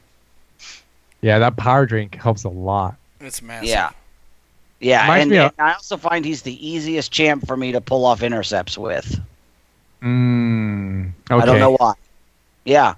Oh, yeah, I'd say I intercept probably 80% of the time when I'm using him. Nice. I like that. What about you, Slice'em? Yeah. Okay, look, if we're talking about pure functionality inside the game, obviously the king of that is Star-Lord. He's the king of kings. He is cream of the crop. He's just everything you want because of the ability to shorten fights. His damage output just purely shortens fights. There's no way around it. Now, if we just had to say favorite, I love Archangel, and I also love Scarlet Witch. Those are two of my favorite champs. Even the chaotic Scarlet Witch that she is now, less chaotic, I should say. She does high damage. She nullifies, and is capable of putting up tons of damage. Can regen. She's interesting. She's fun, and I still think she deserves a place among the top. But if we were just saying, okay, you get one champion, you got to go beat content. Star-Lord's the guy. I agree with that, Muta Matt. OGV starts with 2 bars. He's money on unblockables. I mean, yeah, he can be. I hate facing him. I hate facing him in AQ. I hate facing OG Vision in War. I just think Age of Ultron is better, like as for offense. Like when I'm using him, I like it a lot better. Adam Marco says favorite champ is Scarlet Witch. Can't go wrong with that. I mean, again, my problem with Scarlet Witch, I have her in a 2 and 3 star, of course. My problem with her is the same problem I have with Howard the Duck, which is the randomness. I don't like the randomness. She's the one randomness that you can handle. And here's why. No matter what the random effect is, it's always beneficial for the most part. Like, you look at it and you go, could something better have happened? Sure, but it's very rare that you get an effect to go off that you go, oh, can't believe that's the effect I got of her. Jeez, put her on the bench. You go, oh, okay. And well, I would say that when she power drains, both of you, I find that irritating to no end. You know, if I'm in a groove and I'm ready to pull off an SP2, and then all of a sudden we're both empty, that doesn't benefit me. But that only happens if you get hit. Yeah. It's not an offensive ability. Oh, okay. So. Yeah, Scarlet Witch. I still love Scarlet Witch. I know she's been nerfed. She was a beast before that update 13, I believe, V13, whatever version 12. It was. 12.0. 12.0. 12.0 was the nerf hammer. Yeah, she was just killing everything, and I didn't have her at the time, which was bothering me so much. But I agree with Scarlet Witch and Vision. Both of those champions I did not have until like after version 0.12. 12.0. That's a bummer. So I didn't have any of the good players until after 12.0. And what bothers me the most is that those champions aren't available as a 5-star. That really irks me. Yeah. Yeah, Wolverine, Vision, Scarlet Witch, no 5-star. Yeah, Doctor Strange. Oh my God, I almost quit the game because of the nerf of Doctor Strange. That was my only champion that I had it crossed my mind. At signature level 1, and I was just killing Alliance Quest, everything with signature 1, but because of that the life steal, right? He gains that health. Yep. Yeah, he could get a lot of life steal. So they threw me off with that and Thor. So those were 2 of my heavy hitters. And once 12.0 came out, I was just like, damn, this really hurt, and I had to strategize my account, and I decided to take a break from it, and then I started focusing on 5-stars. Nice.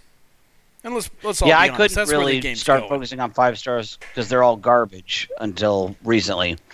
I got Star-Lord first, followed up by Iron Man, Iron Fist, Iron Patriot all in a row. Then Ant-Man, Rhino, Juggernaut. I mean, it was just garbage. I could not invest anything into them, all unduped. So finally, I have my last 3 were duping Iron Fist, pulling Magic, and pulling Drax. So after 16 months, I finally have champs that I can do something with in the 5-star. That's why I have 15 550s, because it was worth doing it.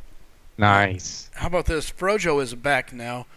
Great news, Frojo made it back. He was running off the repo guy who was trying to sneak into the community. Hopefully not coming for something of yours, bro, I hope. Is that a true story, or is that true? That's what he's saying said. He had to run off a repo guy. Oh, man. He's chasing out a repo guy? Sneaking in the community. So maybe it was his neighbor's stuff, I guess. Oh, man. Get it, Frojo. Black Princess, 2.8 for the duck. Good job. I think you're going to be fine. I think you're going to be fine at 2.8. Can't see the duck going up that much. Yeah. I mean, yeah, I might see a slight increase, but I mean, I don't think by much, if anything. More likely to drop. Oh, let's see. Anyone got their legend title from last month's legend run yet? Says SG Guy. Welcome, SG Guy. I didn't do a legend run last month, and I don't know anyone that did other than Dave, so I don't know. I don't know I'm the answer to that. I'm the other one. Did you do it? Yeah, I went for the legend run for the last month. And? What'd you turn in? What was your time? It was 4 hours and 27 minutes. Was it good enough? Do you know? Well, my hopes got really down when I saw Dorkity Dave do his legend run. He got 419, I believe. Yeah, 417, I think. So I don't know how big of a difference is for that legend run. Like I don't know if I'm that far apart or not. Based on his run, you know what I mean? Sure. Yeah. When does it get announced? It should be getting announced within the next 3 to 4 days or less. Basically less than a week from now. So. Sure. SG Guy turned in 5:45. I definitely don't think that's going to do it. My first legend run was like 7.5 because I took a break in the middle to eat and go pick my wife up from the airport and stuff. Like I had no idea how competitive it really was. I thought, hey, if I did it on the first day, it's going to be I'm going to be just fine. Here we go. Yeah. Oh boy, was I way off. We were talking about Iceman and Spider-Man. Here's a dupe Spider-Man, and again, there's just no evade. It's perfect. You don't even have to worry about it. And obviously, I parried him there, but he just it's like cutting through butter. I mean, they just don't do anything. There's no evade. You don't have to worry about anything. It's just keep your L1 on. Now, obviously, these are nowhere near leveled enough to worry about, but they can't evade it. The cold snap takes it away. Yeah, the concept is there. Yeah. Steve Torres says, who should I rank 5? 4-star Cap World War II or Hulk, both duped? Depends on who you ask. Jacob's going to tell you Cap World War II. I'm going to tell you Hulk. I'm going to say Cap. Yeah. Here, Steve, it comes back to what we talk about a lot in the stream, though. It depends on what your roster needs, how you play, and what you're good with. Cap World War II is going to keep you from getting much damage if you're good with blocking. But on the same token, if you block with your face, it's not going to matter. Matter of fact, you're better off to go ahead and take Hulk because at least he gets angry when he gets punched in the face and does more damage. Captain World War II does you no good if you can't block and you just block with your face. So you got to be real with your own skill set. That's going to take care and kind of lead you the way to go. Hulk is damaged. World War II is more of a slow and steady type guy, in my opinion. Well said. Cranos, thoughts? I mean, anything different there? No, I like the way you stated that. It really depends on the player and where they're at in the game, and depending if your way of the way you use these characters, are you an offense, like you just you charge and attack the champions, or you're more of a back and let them bleed while you're holding back and you're more careful, right? So it depends on you of if you want to be attacking constantly being attacked, or play defensively. So I would personally go with Captain America World War II. I lose no health in Alliance Quest doing all map 5 the whole 5 days, and I'm always going against what's her name, Magic. So I love him. Oh yeah, she is a pain, but definitely having Captain is always handy. Yeah. And then when those event quests were coming out, Captain America was the guy to go to for those, taking all that damage in. It was almost like a perfect block. Yeah.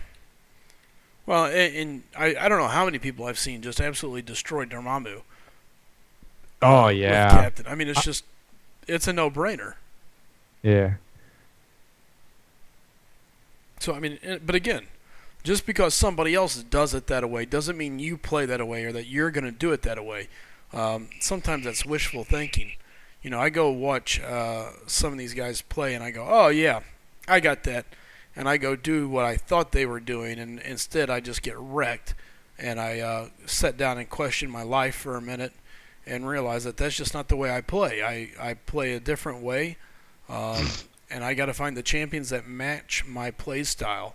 So that's what the game's about, you know. Find the right champ for you. Don't find the champ that's right for someone else. Sean Smith asks, is a 550 Symbiote Spidey good for a Legends run? No. Not even close. Yeah, sorry, bro. This is one of those things where it's answered, where there's a definite answer, and that answer is no. Yeah. No, somebody actually asked that same question a couple nights ago with that exact same champion. The key to a Legends run, I haven't done it. I've watched, a few, and I understand the concept of it. The key to a Legends run is speed. You got to have a champion that is going to end fights quickly. And even running full suicides is not going to make Symbiote Spidey fast. Iron Fist with stacking armor break is fast. Any of the bleed champs, especially like OG Black Panther, Drax, Gwenpool, champs that can bleed them out after one sequence if you get the right, you get lucky. Even Wolverine to a certain extent has a better chance than that. But yeah, it's almost like any of the blunt force champions, don't have much of a chance. Yeah. So sorry, bro. It's not going to be Symbiote Spidey. Yeah. No. Don't waste your time nor your units on that. It won't happen. There's no way. Yeah, you're better off to hang tight and wait and get somebody better that can give you a fighting shot, because there's certain things that don't lie. As much as I love to promote, you got to do what makes sense for you, and doing this, doing that, and the other. There's certain things that don't lie, and one of those things is math. Outside the fact that I don't believe 90% of the percentages Kabam puts up, there are just straight damage output mathematic formulas that you can take a look at and say, okay, this damage output just doesn't match what's needed. And unfortunately, this is one of those things. Yeah, that's what Kabam calls absolute value. Yeah. Star asks me, Bulldog, I'm sure you're a Lockjaw fan. Of course I am, because he's a Bulldog. Would you want to see him as a champ? Yeah, absolutely. I would love to see Lockjaw as a champ. As a member of the Pet Avengers and a loyal, guard to the Inhumans. It's possible, with the Inhumans TV show coming down the pipe here real soon. Saw that. I would love to see Lockjaw as an available champ. Jacob says a rank 4 or 5-star Symbiote Spider would be great for it, and he's probably right because of the armor break and the damage that a rank 4 or 5-star could deal. That could probably be done, but not a 450, not a 550 4-star. Yeah, and R31, I'm not even going to dignify that with a response because I know you're just trying to mock us. SG guy says last Legend run I did with a 3/5 5-star Gwen, going to do it with a 4/5. My question to SG guy is, do you already have the Legends title? And if so, why are you going for it again? If you don't, obviously I totally understand, but I'm kind of curious because I know there are some people that do it, and if you already have a Legends title and you do yet another Legends run, I kind of think you're a jerk. Because you're screwing over other people. You already got your title. I mean, I get it. Yeah, there's some rewards, but don't get in the pool. Sometimes you got to do what's good for the community, in my opinion. Like, if I ever get the Legends title, I'll never go for it again. Even though there's rewards to be had, I'm not that kind of guy. Those individuals that go do it again, I mean, they're like lifers. They're in it. I don't know what they're doing. They're just committed to the game in a whole different level. It's crazy. And you know what? Guess what? There's a part of it that I guess I kind of understand. Look, you want to do it. You want to see how many times you can do it. It's an achievement. I've got the Legends run in the past 12 attempts or whatever.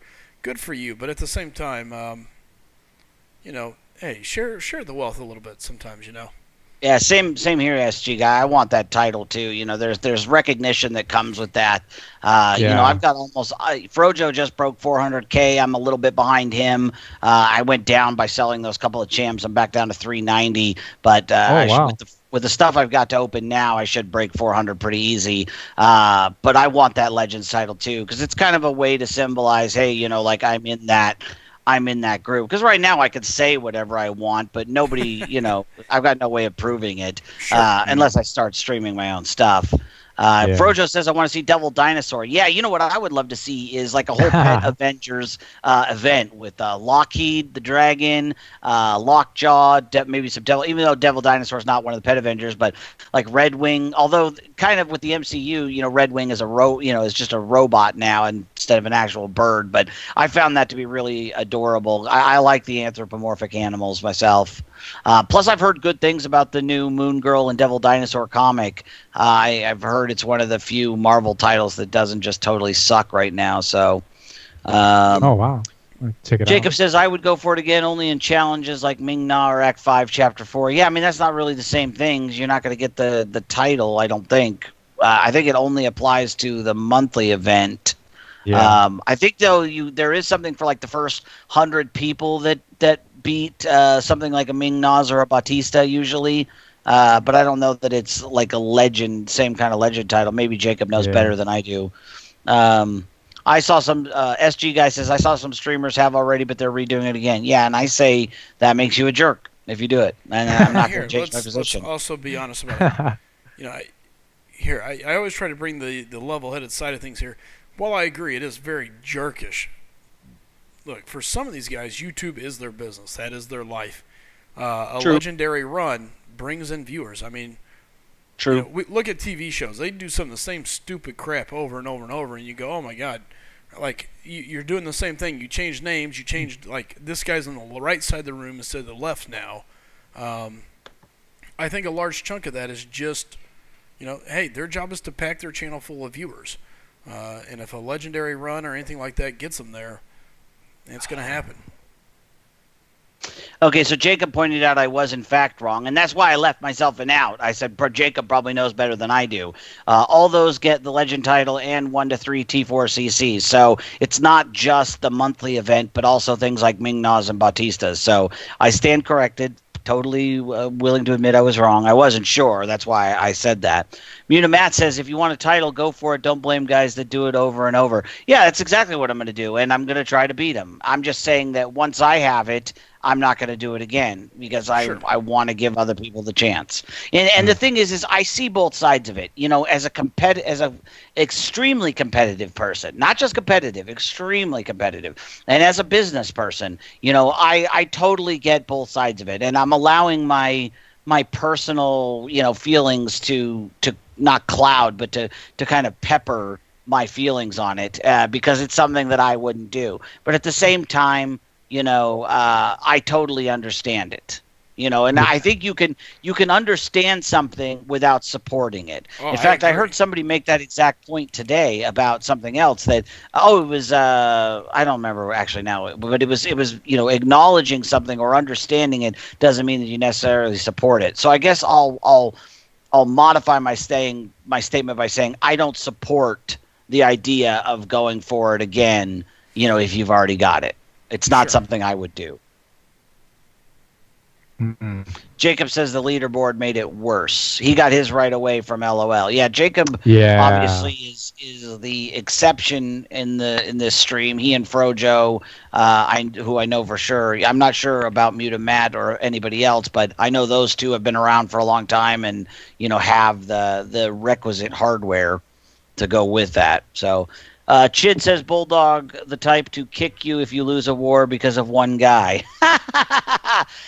Chid, of course, referring to how I single-handedly lost a war 2 weeks ago because I was half asleep and doubled up a line, and we lost by 517 points. Yes. Oh my God. Yeah, I'd been up late. I was half asleep. One of the guys in my alliance who has my cell phone number texted me, told me to follow this other guy who he said was struggling. So I woke up, moved, didn't even look. I just took his word for it.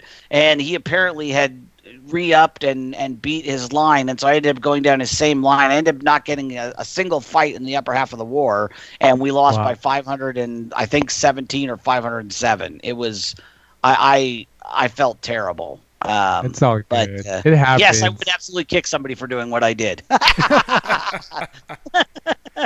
No, I've been, I've been a long time alliance leader now, and I've led multiple alliances at once. I value loyalty and effort, more than anything. I want to get better. Yeah, I want to get better prizes, and I want to be in that conversation among the best. I mean, I wouldn't be doing it if I didn't. But at the same time, that's not as important to me as having good people around me and taking care of people and being part of that community. Yeah. I don't want to do it at the expense of relationships. You guys are awesome.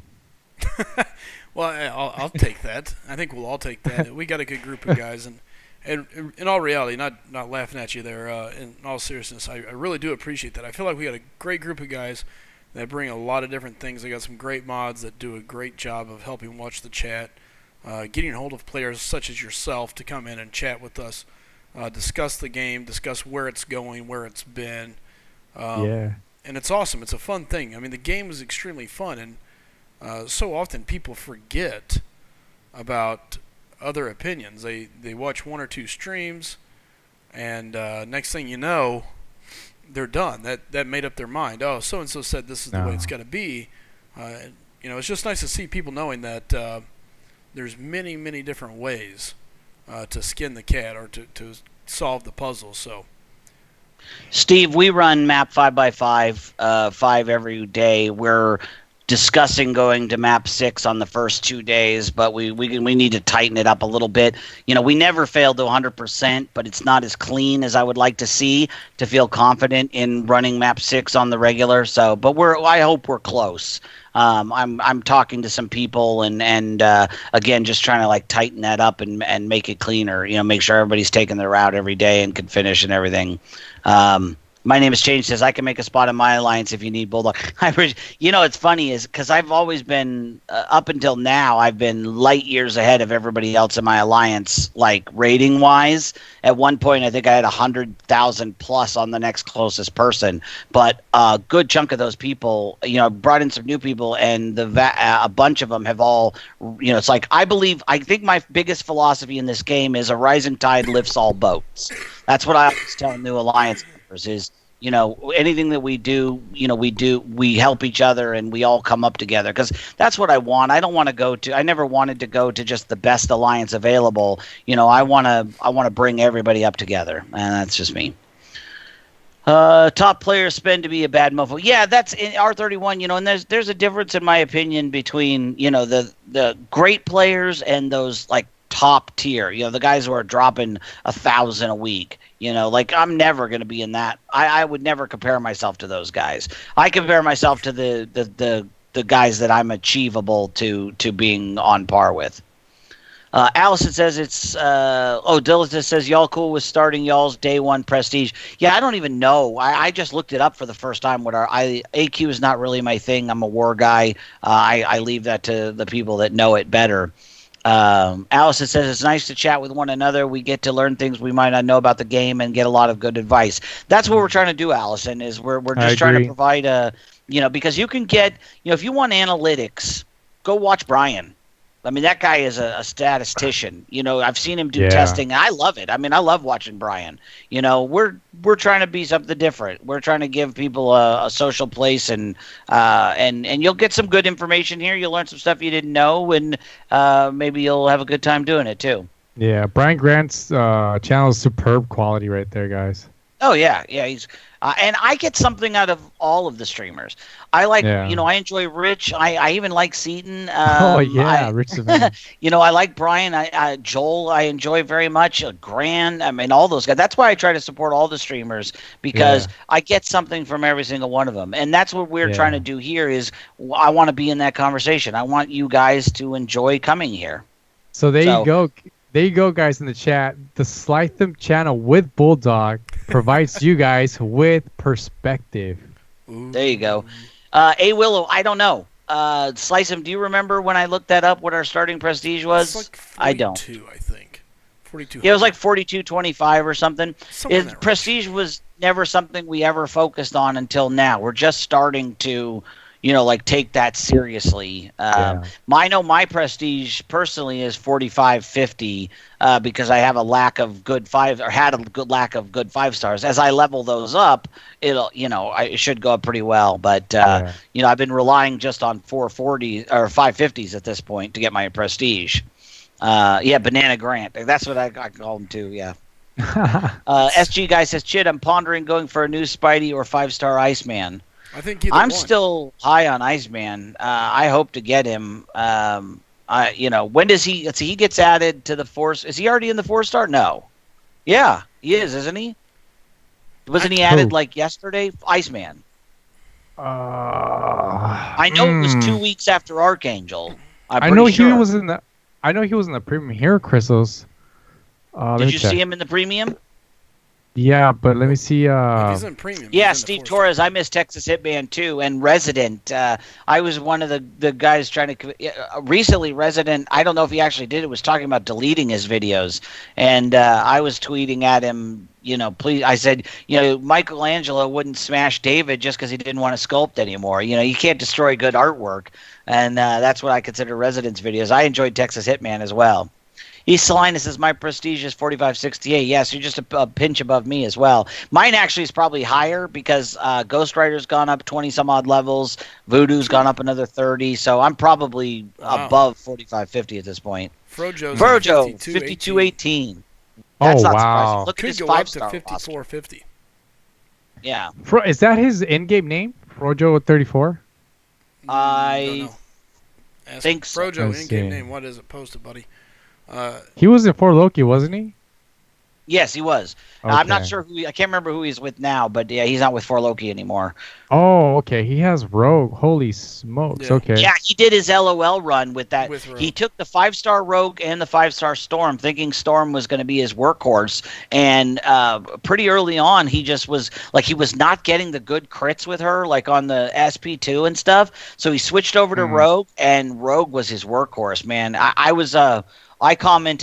did commentary on that stream for probably a combined 7 hours over the 2 days, and that Rogue was a monster. Yeah, he did really good. That was a fun watch, but it took him, I think, like 17 hours, Frojo, I want to say, was the total length of that thing. I know you had to stop in the middle because of the 11-hour cut-off window. I went to bed. I think I was with him until like 3 a.m. my time. I went to bed. I got up like 5 hours later. I came out to my office just to like put my shoes on and stuff, and he was still going. Oh, yeah. So I jumped back on for a while, too. That was a lot. I got to tell you, Frojo, I had a hell of a lot of fun doing that with you. I mean, it was... A lot of people are asking this question here. How do you calculate your prestige? There's a program, guys, that you can get that you'll need to basically download, pull it up, whatever, and from there you enter your champions, and it will actually calculate your prestige for you. So if we got 17 hours. In fact, the creator of the program that I use for that is in this chat right now, Muta Matt. He's the one that came up with Prestige Calc Lite, and they're just Google Docs. In fact, I have one on my screen right now because I was just going to check it tonight. And yeah, it's got a drop-down menu, super easy to use. You just select your champ, whether they're 4-star or 5-star. You select their rank and their sig level, and it's got all that in there as what's the word for that in Excel? Formulas. And then it just, boom, it pops out the number for you. It could not be, he made it completely idiot-proof. I've been able to use it, so proof that it is idiot-proof. Yeah, prestige, as you get up higher alliances and doing alliance quests, it's a big factor. It matters. Until you get to that point, until you nail your gameplay, prestige is the last thing you need to be worried about. Nail your gameplay, be a good player, and then turn around and start worrying about your prestige. Here's the thing, though. Most of your good champions have good prestige. So it's kind of one of those things. As it naturally develops anyways. But what you will find is that you're going to make a couple switches. There will be a couple swaps as you go. But at the end of the day, that's definitely what you're going to look at. I got to step away real quick and walk the other bulldog and put him to bed, and then I will be back out. Sounds good, man. Sounds good. All right? I'll be back in just a little bit. Yep, not a problem. Yeah, and Steve, you just do your top 5 champions. It doesn't have to go through all your champions, just your top 5. So. Yeah, I just want to say, I want to big thanks to Cherubin for contacting me to get into the live stream. So I really do appreciate that. Made it happen. And Frojo, I did subscribe to your channel. Look forward to seeing your content. Yeah, and that Frojo's a good guy to have around as well. We always have fun when he's here. Yeah, Frojo also saying if you can't find the calculator, remove your masteries. Add your top 5 champs, and then divide by 5. It's not hard, but you can also do it by the calculator. It makes it pretty easy. I'm trying to break that 5,000. I haven't even begun to calculate mine. I probably need to do it sometime, but I'm just kind of like, ugh, I don't want to mess with it yet. I don't want to know. It's all good. Like you said, once you get there, you'll make the proper adjustments. Oh, absolutely. Well, and it's... like I said, a large chunk of it, you know it's coming anyway. It's really going to matter when you start getting your 5 stars. At that point, you start saying, okay, this is where it goes. Here's my 4 stars that you need for prestige, and I'm running my 5 stars. Right now, there's certain 4 stars that you just want to run if you're pushing through content. So those 5 stars are so exhausting. They exhaust all my resources. It's crazy. Yeah, it drives me nuts. Yeah. It's luckily for me. I say luckily for me. I've yet to pull I got Hawkeye, which I guess is a solid 5-star champion, someone that I could run with. But we're gonna see what happens. At this point, I'm saving up. I'm gonna have some pretty good solid shots at Iceman, Spider-Man, or whatever other feature might be coming down the pipeline that I want to save for. I'm currently sitting at about 45,000 shards. 42, I guess, is where I'm at. Yeah, 42,000 5-star shards? Yeah. Who do you want? Well, my original deal was saving up for Iceman. Iceman? Okay. Yeah. After that, well, the new Spider-Man looks like he's going to be very favorable to have, so now it's just kind of like, which way do I want to go? Is Iceman coming soon in July, after July 13 or 14? Yeah, he's coming in July. Are you excited? Excited and nervous because I have horrible luck with crystals. So I have a feeling all this saving is going to go down the tubes, and I'm going to want to throw my computer and iPhone and everything else through the wall. So yeah, it's so nerve-wracking. Oh man, if you record it, I would love to see it. Oh, it'll be live. It'll be recorded. So heck, whenever we get ready to do it, you're more than welcome to come join. You can either laugh or cry with me. Oh my god, I hope we don't cry. I hope we jump for joy. I will be like, oh my god, dude. Yes. I hope you get them. I haven't had any luck pulling an Iceman. I wasted all I had like 2.3 million battle chips, got all the units, and I tried going for Iceman and nothing. Really? Well, I to get Iceman as a 4-star, I bet I opened 100 and something featured crystals. Oh man, it was brutal. Wow. It was brutal. Yeah. I'm sure you were happy when you got him though. Oh. Sorta. It was one of those things where I was like, all right. Yeah, don't look at my bank account for the next couple weeks. You know, I was like, ugh. I know the feeling. I really wanted him. I knew Iceman was gonna be a must champion, and I just couldn't get him. And I decided to you know what, I gotta let go of that champion. He's not meant for me at this time. So yeah, I let him go. I let him go. You gotta let the butterfly go. Fly, butterfly, away. Oh man. Yeah. No. So I don't know. I'm anxious to see, and especially pulling that Science Awakening gem. Yeah. Now I'm kind of stuck. I'm kind of like, ugh, because I was gonna just exhaust all opportunities to going after Iceman. Spider-Man looks like he's gonna be extremely good, so I'm tempted to burn one shot at him, one at Iceman, and then save one shot for whatever they bring in with the Sinister Six, whether it's Doc Ock, Goblin, whoever. that's going to be the final little piece of the pie, I guess. I would love to be part of that. So I will definitely be calling. Yeah, no, absolutely. Yeah, it would be fun. So. Yeah, those those 5-star champions are. It's a whole different level. Well, that's where the game's going. I mean, unfortunately, you have to have them now, in my opinion. So. Yeah, you don't think they're gonna be doing like any, like doing a 6 or a 7-star champions, yes, right? They have to.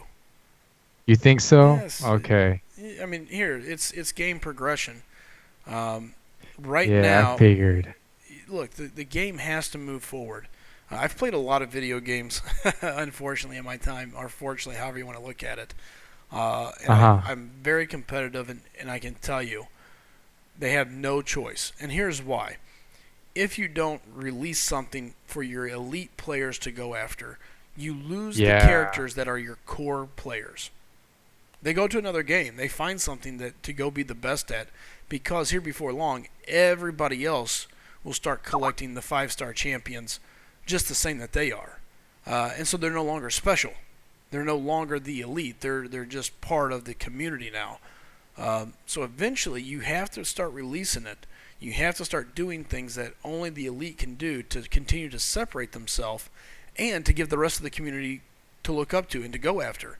If not, everybody muddles around with no direction. The game has to have direction. Yes. You just popped my bubble. You just pop. Oh man, that's like the harsh reality though. Oh man, for some reason I'm in denial that they're not gonna do that. But you're if you take your feelings out of it, you're absolutely correct in regards to being objective about it, logical about it. You got to keep those guys intrigued. They're bringing in the money, and you're right. Somebody's got to pay the bills. All right. And the average gamer spends money, but you go look at your elite players. They're spending big money. You've got – oh, sorry, Willow. Hold on here. You've got to do something to keep your money hooked. I mean, it's a business, number one. It's a game, number two. And unfortunately, that's the truth. So real quick here, we're going to be bringing Frojo in here with us. Oh, wow. So here we go. Frojo, phone call's coming to you, my friend. But yeah, so back to that. I see no way around it. And it looks like Frojo's now here live with us. Frojo, do you hear me, buddy? Yeah, I can hear you. Can you hear me? I can hear you. You're a little staticky, Same here. But you're here. All right, you're on my iPad. That might be why it's staticky. It's not too bad. You can just tell you're not on your regular mic, so not a big deal, brother. Thanks for joining the call. No problem. So let me ask you, what's your opinion? Are 6 stars coming? To me, it's logical. It has to come. I've said since like the beginning of the game that 6 stars would come, and the reason why is there was a developer video that came out when the game first launched, and it showed auto fight and 6-star champions in that developer video, and this is when the game was only like a month or two old. Sure. Here's my thing. Wow. I don't do a lot of researching and finding all the little leaked stuff. I probably should if I'm going to be here preaching about stuff all the time. But, what I foresee is the game must move forward. I've seen a lot of games do that. And the thing about this game is so linear that the champions, the difficulty can build with the champions. I look at games that I've played in the past. The biggest example, for example, is probably World of Warcraft. They ran into a big problem because they ramped things up so incredibly fast that the average player got left behind. The elite were way out in front. The elite got bored with the game as they tried to get the average player back who looked, ripped into the game. And then the elite people left, and now you've got a game just circling, trying to find its identity again. The nice thing with Marvel is it's grown at a slow enough pace that, okay, 3 stars, 4 stars, well, they're hard to get. and they just trickle those in. The shards came out. Now we can all just kind of slowly get them up. But the thing about it is they made it so that the elite characters, the elite players, get it a little bit faster. So they continue to separate themselves, but not to the point where it's not catchable. You can spend money, you can do other things to keep you in that realm. Doesn't mean you're going to be as good as them because they're there for a reason, but it at least allows people to stay close. That's my opinion. So I think eventually 6-star has to come because it's the next step of evolution in the game. Yeah, I agree with you. And it's definitely still catchable for other players to catch up. It depends on how fast you want to get there. Yep. The faster you want to get there, the more money you'll have to spend. But it's definitely doable. And DWCB that leads core now, he's in a prime example of that. I mean, the game had been out for like almost 8 months when I found DWCB in the beginner bracket.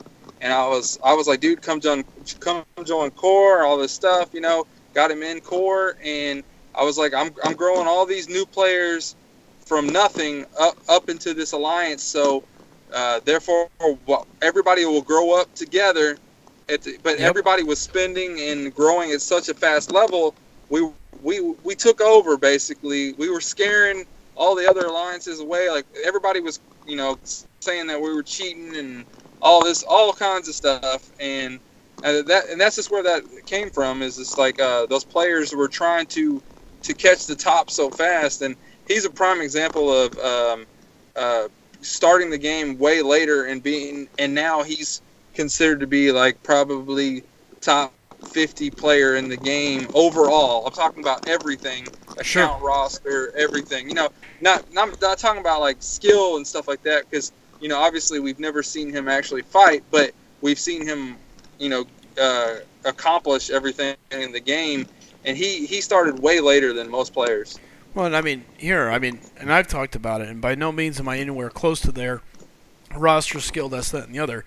And a large chunk of that is because of, he was lucky. He got into an extremely good alliance, great alliance, came up right. I kind of had no idea what was going on when I first came back, but on Christmas Day, I had 7 4-stars. Currently, I have like almost 65. I'm approaching 70 now, in a very, very short time span, and almost all of them are 330. Now, have I spent anywhere near what some of those guys have? No, but my point is, I spent to grab certain champions. I have all the features. Most of them are duped. It can be doable. If you want to do it, it's doable. And that's what scares people, and that's the thing that keeps the bridge closed between the elite and anybody. A new guy can come in tomorrow and start buying every offer up. I can tell you, every time I pulled a champion and the 250-unit 4-star crystal popped, I bought it. Just to give me an extra 4-star or a chance to dupe and level someone else. So it's very doable, and that's the thing about this game that's exciting, is that, yeah, the elite's there, but they can be caught. It's not uncatchable. So, Cranos, thoughts? You kind of started this discussion, so. I was going to Disneyland. You guys just popped my bubble. Disneyland is not real. So I basically like, I'm kind of like hurting, I guess, because I'm one of those players that I'm trying to, what would you say? I'm trying to catch up to everybody, and then for them to release a 6-star champion, like I don't know when that's gonna happen. Like that would just like kind of just a little bit like not motivate me, but then it's like, okay, we have to worry about these 6-star champions. However, I'm not too excited about it. But my question to you and Frojo, hi Frojo, by the way. Hey man. When, just an estimation, when do you guys see that happening? Like when, like in the near future? No, I think it's a ways. How long? I think it's a good way off. But Frojo, you answer first, then I'll say my piece on it. I'm going to say over about a year to year and a half from the moment we're able to rank 5 a 5-star. Yep. Oh, that's right. I think we're a long way. And again, Yeah. And here's why. Go ahead, Frojo. Didn't mean to cut you off. I was going to agree with you, because I think by the end of this year we're going to be able to 565 a 5-star by the end of this year. So I'm thinking a year, about 2 years from about this time, probably them going into their the 2020 year where they think that they have plans up until and beyond is what they say, but at that point they're going to be reanalyzing the game and all that kind of stuff and deciding do they need to take it in a different direction. I mean, there's so much they need to do right now, and I think they're on a good path that they just started right now with fixing the champions that aren't working, fixing the gameplay, fixing the mechanics that we're using, and that's frustrating most everybody in the game. I mean, that's what everybody's complaining about, is the champions not doing what they're supposed to do. Absolutely. And, so I think them doing that is going to make everybody pretty happy with the game. And I mean, yeah, we all want new stuff. We all want the new champions and all that kind of stuff. But the core mechanics of the game is what I want Kabam to work on and fix. Like this update that just came out, and they said that this is part 1 of fixing champions and stuff. So I still want to see them do that. I want them to actually fix evade, because I'm hearing from a ton of people that evade is still broken. And yeah. You're still, the enemy is still evading and hitting you at the same time. So it hasn't happened to me yet, but I'm sure it will. I don't disagree with you, Frojo, here. I think we're a long way from 6 stars. And again, I don't have anywhere near the play history that Frojo does with the game, but I can tell you, this is what I look at. You can't start introducing a new aspect of the game before finishing your current aspect. I don't see a reason to start introducing 6 stars until you can complete 5 stars. On top of it, excuse me, the other side of that coin is, the reason I think it's so far away is 5 stars aren't an everyday occurrence. I mean, look at the 4-star now. The 5-star is just now becoming popular because of the amount of 4 stars we have. So look, we're not even close to getting to the point where people are duping a 5-star every day. And they made the right move. I hate the move. I hate it. But they made the right move by dumping champions into the 5-star crystal, because now all it does is it slows down the progression of an average champion, of an average player. So at that point, that's the difference. Is they sped the game up. When you were an elite champion or elite player, you had Star Lords. You had those guys because they were the only champions in the crystal. If I want Star Lord now, I'm SOL. My odds of getting him are next to 0, and it's only going to get worse. It's not going to get better. It's only going to get worse. So the only way I have a chance of getting a 5-star Star Lord is to wait to the point where you're pulling a 5-star once a week, like we're starting to do with our 4 stars, and then eventually you start collecting all of them, and that's when the 6-star has to come out. They have no choice, because then you have to find something to give people to aspire to. So I think we're a long way from it. I don't see it coming anywhere near future. So we might be able to rank a 5-star to a 5 out of 65. I'm assuming we're gonna get that tier 5 basic in the story mode, right? The Act 5. Right. That's what people are saying. I'm sure by the end of this act, it'll probably be the 100% completion reward for the act. What did you guys think about Act 5, Chapter 2? Only Frojo can answer that. Act 5, Chapter 2. I haven't even played it yet, man. What? Yeah, I haven't even touched it. Oh, come man. on, that's crazy. Because I was going to say, I'm looking at. Go ahead. Go ahead, Frojo. I was just gonna say, like, I just saw those rewards, and I'm just like, it's not nothing there. Like, yeah, I can get a 4-star awakening gem, or or rank up ticket thing, and I'm just sitting there going, like, I'm not in a hurry to do it. It's like nothing that's like making me want to get it. Maybe if there was some tier 2 alphas in there, like maybe I'd be rushing to get it. But like even if it was just like 1 or 2, like I still don't know how much, because I can't do much with 1 or 2 tier 2 alphas. I can do something with 4, but I can't do nothing with 2. Yeah.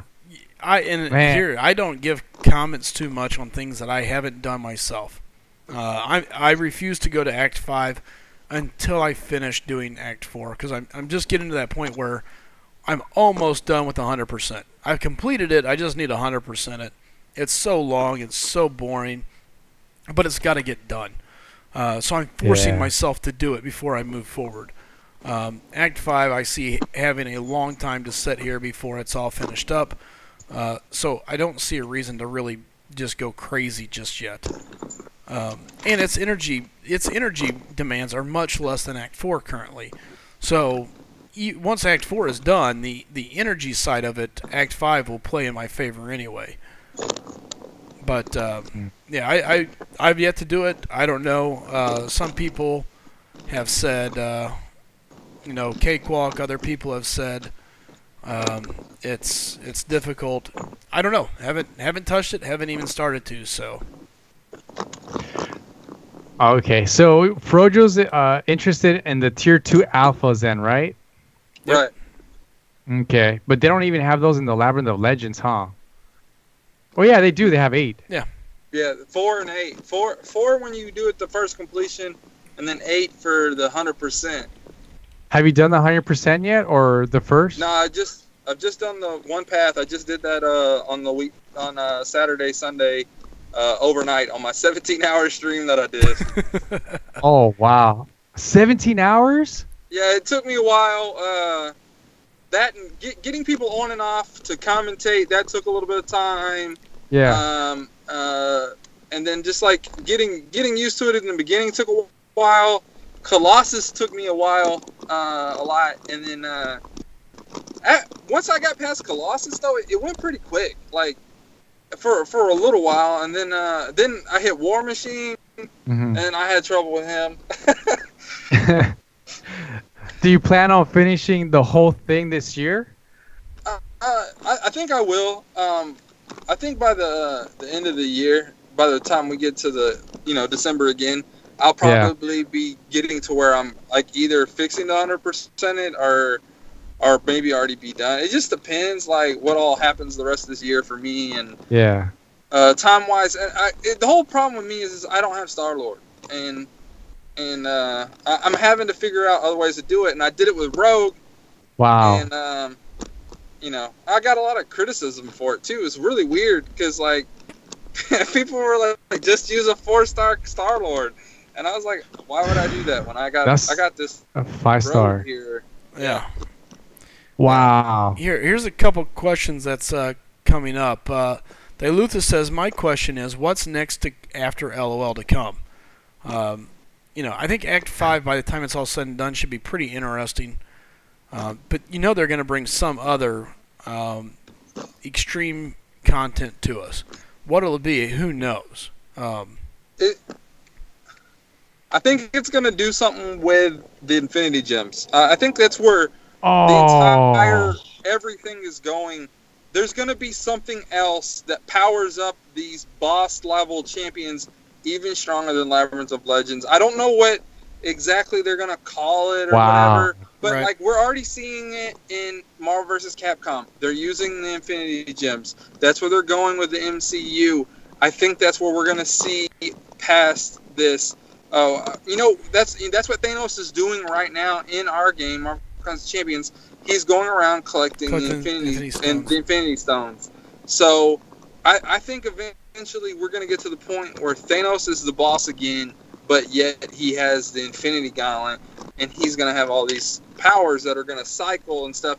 But I also think for the Labyrinth of Legends type of event that we'll have is that we'll get to see other champions with either maybe each champion with the gauntlet on them themselves, or maybe a part of one of the gems. Each, I was gonna say, I think it would make more sense there's for a it to have power a stone. gem.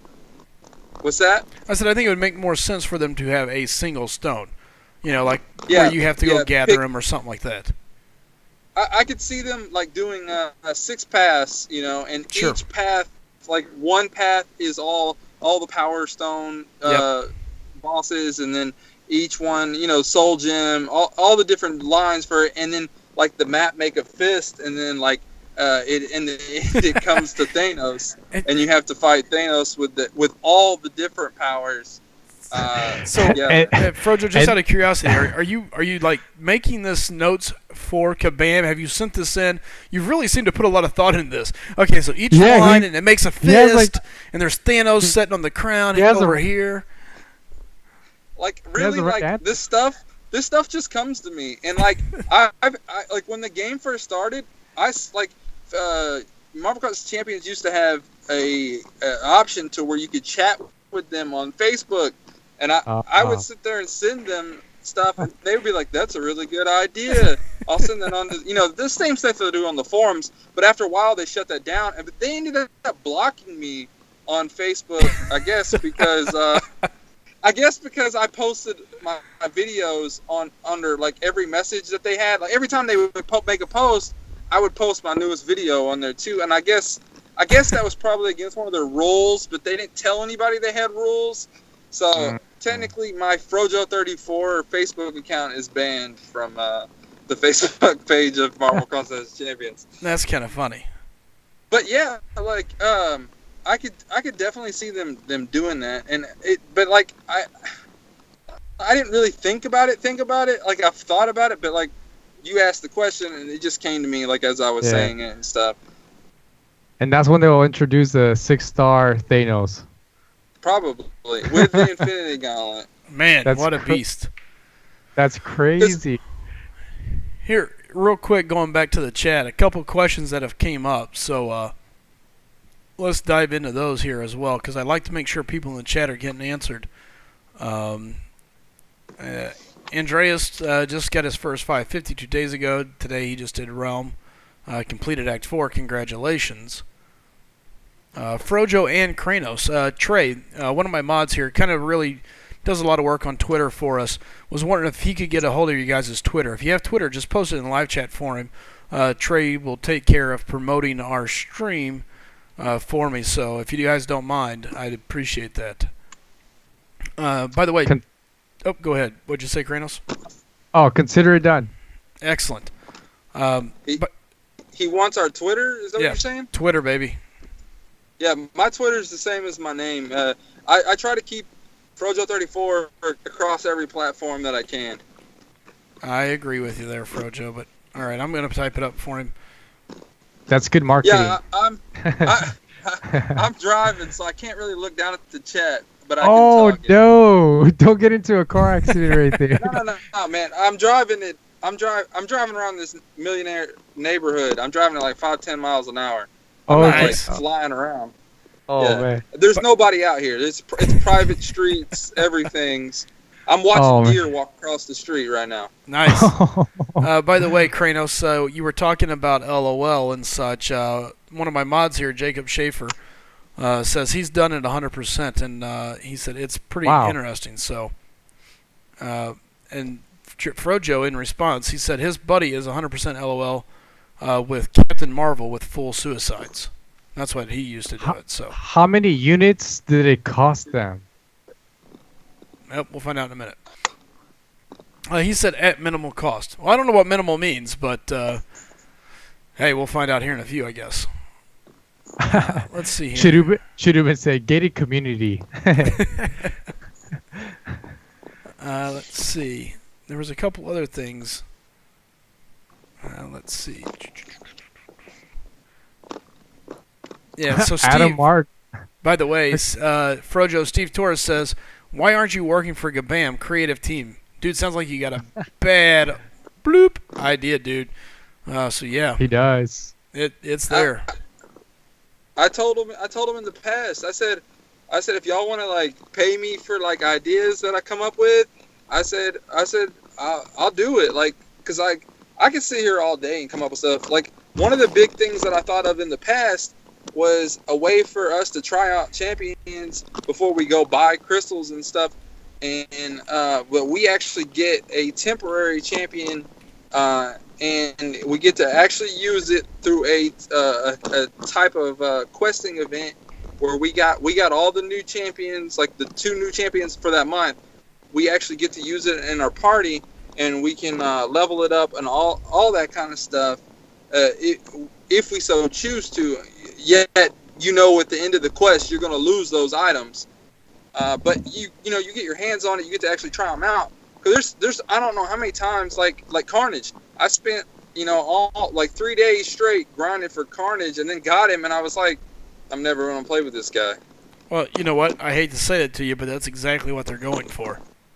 I know that's exactly what they want, but think about a good champion that you play with, and then you love it, and then you go buy several $100s worth of crystals trying to get that champion. But the problem with that, and I don't disagree, I think it's a great idea, and I would love it, but that's the problem. As players, we would love it. Kabam's a machine of making money. But this is what I don't get. The other game that Netmarble, I know Kabam runs this game, but it's owned by Netmarble. Netmarble makes Future Fight. Every character on Future Fight, you don't have to. You can try out every character on that game. Yeah. And not have them. Not buying anything.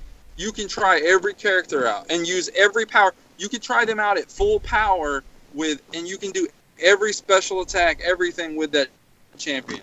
But here, let me ask you this, because I haven't played Future Fight. So let me ask you this, Frojo: is Future Fight as competitive as MCOC? They actually have way more competitive game modes than this game by far. They have all kinds of stuff, and you can actually play at the same time. You can actually see them in game running around with you in certain game modes. But there is a difference in regards to the interface of the game. That's the only difference. The interface and the 2 different types. Yes, definitely on that. I'm not trying to say anything about that. Like, it's totally different gameplay style and everything. I agree with Frojo. A lot of the things that you said in Marvel Future Fight are very useful for the player compared to Marvel Contest of Champions. Yeah. Interesting. It's more gamer friendly. Like, hey, what about? Do I like this champion? Should I rank this champion up? Oh well, let me go over to this this area of the game where I can go and I can level it all the way up and try it out and see how much I like it. What kind of power does it do? How strong is this move? What order of the move should I do it in? You can try all that out before you even try to go get that character. Yeah, that's awesome, and there's things to be said to that. To me, I think the answer is the arena. You want to see what a champion can do? Go play him in the arena. Get him as a 2-star, 4-star, whatever. Go play him in the arena and decide if you want to rank him up. But I can see where you're coming from.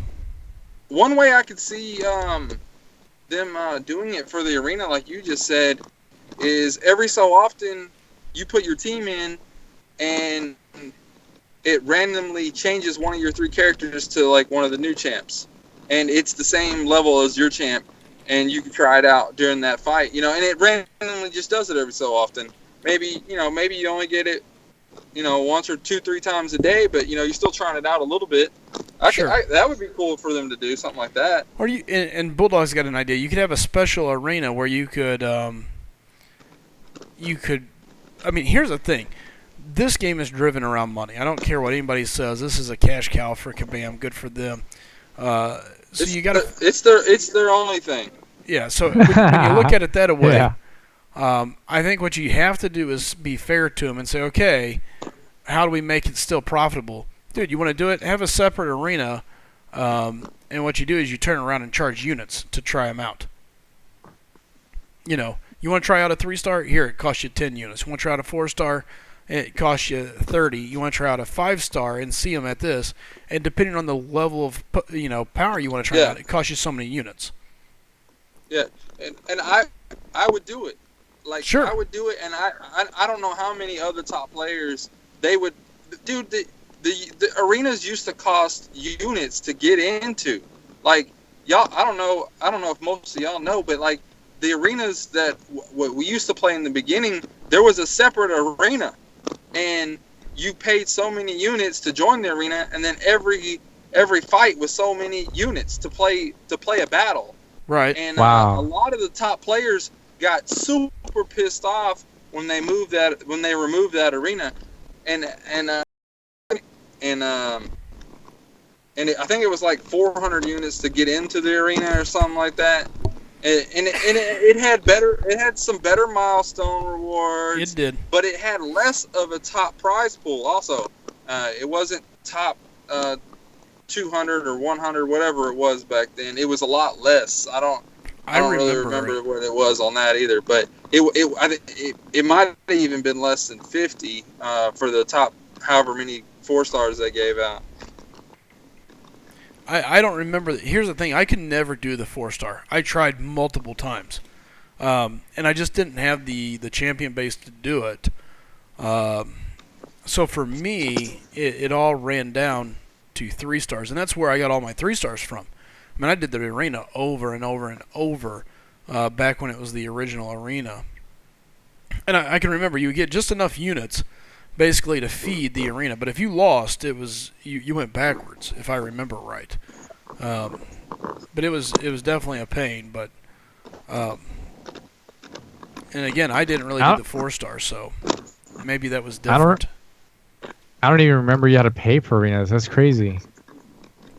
Yeah. Yeah, it was like in the first couple months, and then they removed them. No, I just remember when it was so hard just to get one 4-star. That got me so mad. Oh, it was horrible. One of them 7-day grinds for one arena.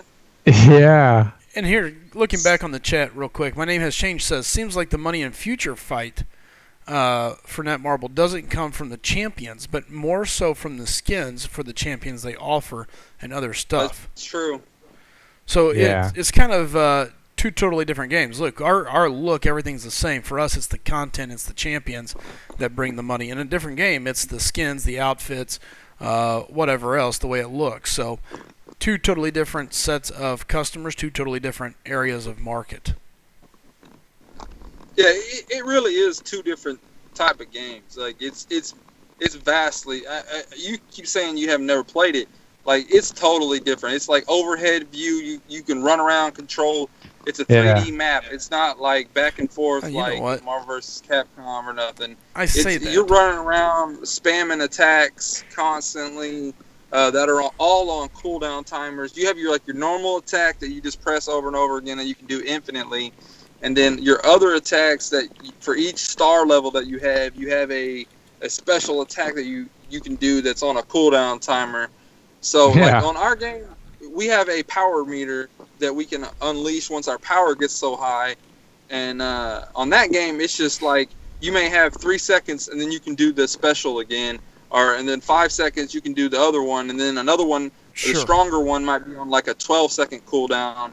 And you can just do it over and over again. And you're running through a map of like, depending on the map, you might have 30 enemies you face while you get to the end boss character. And sometimes the end boss character might be 2 or 3, 4 different characters, but there's still like a one main boss. But there might be some other ones in the background. It plays more like Marvel, or not Marvel, but kind of like more so like. Oh my gosh, I'm drawing a blank.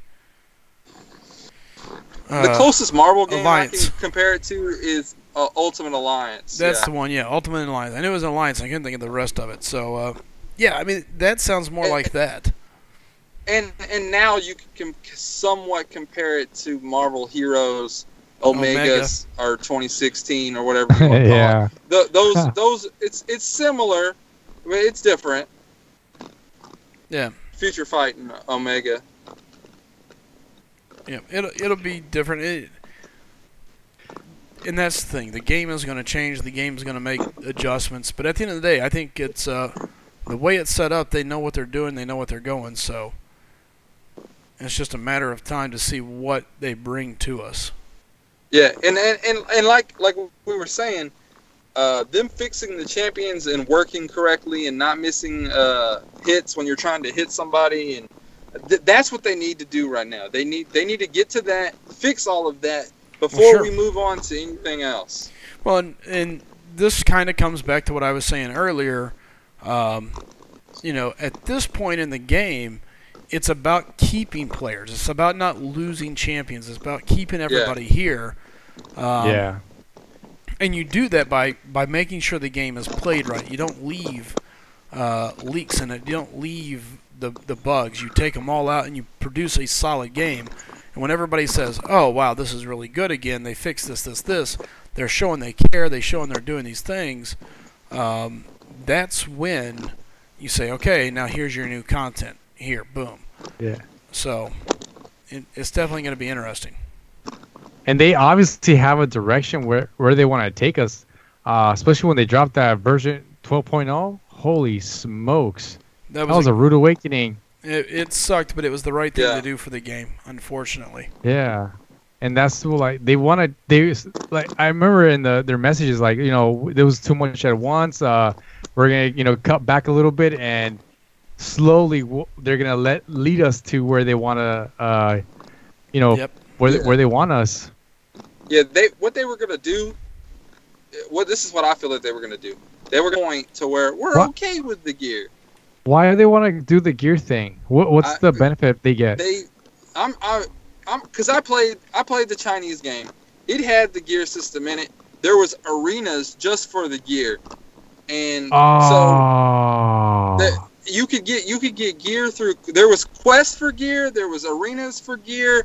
You got gear every way you could get a champion. You could get gear, and the gear you could move around. Look, this is the one thing I liked about the gear is you could put it on a champion, and then you can move it to another champion and try it on that champion, and like this gear might give a bunch of health. Oh, Deadpool needs a lot of health, so I can put it on Deadpool. He can get a bunch more health, balance his health out. It's stuff like that. I personally liked it because I'm an RPG fan, and I like that element of it. And I get that at the same time that this game has never had anything like that, and it would upset a lot of the core-based players that aren't really into that, but they're into the game, and you're changing the game at that point. And I totally understood that too. Yeah, but that's a huge change.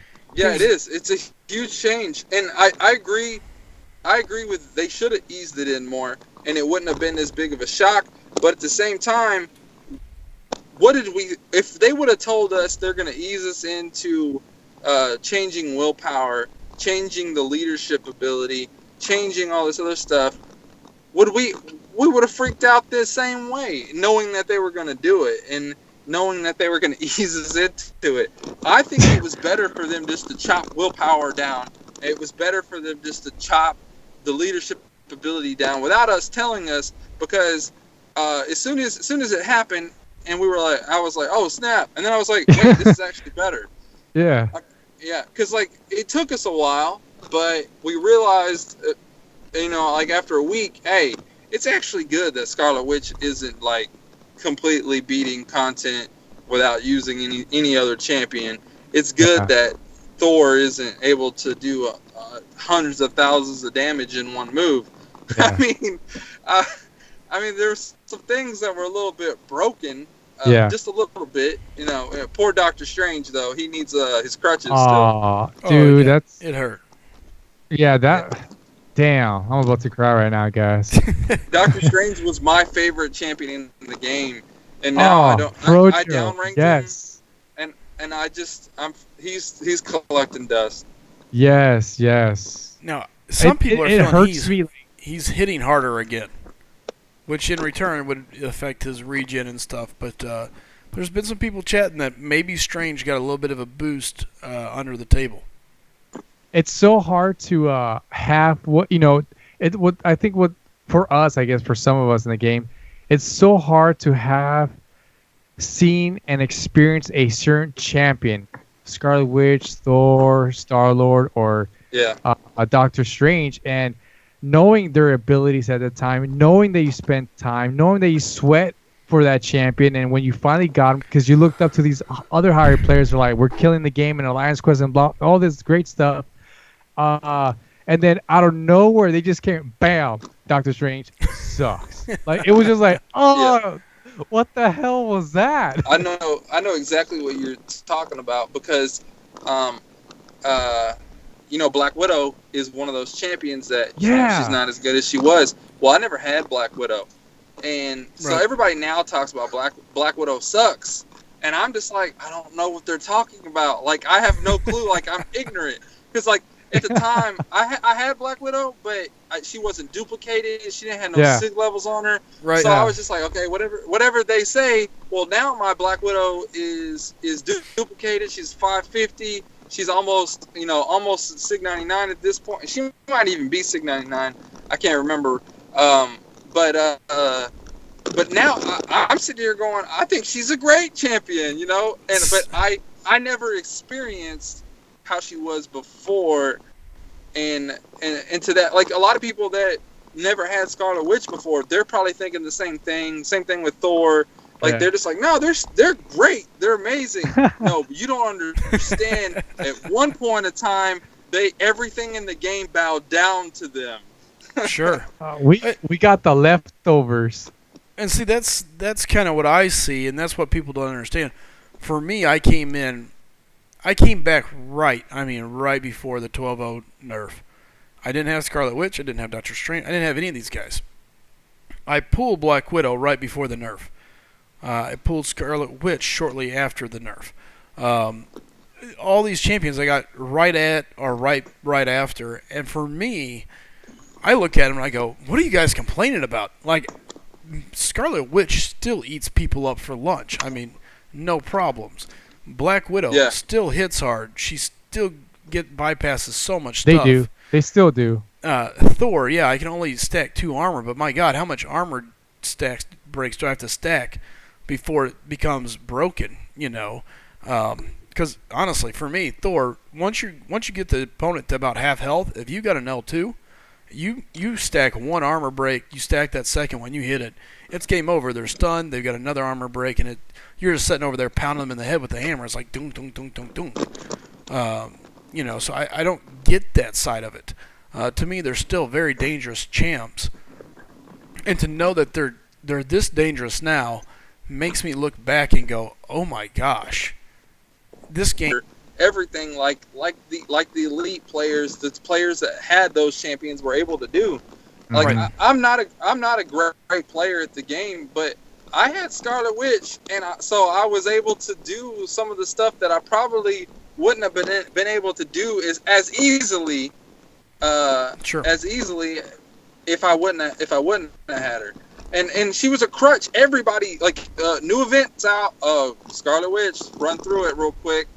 And that's what everybody did. Like, Kabam was probably not. They're probably making more money doing that to Scarlet Witch than anything else that they've done. Because absolutely. Now people are having to use revives. Like, I'm talking about, like, going through complete content, no revives, no health potions, nothing. Like, not even one revive, not even one health potion.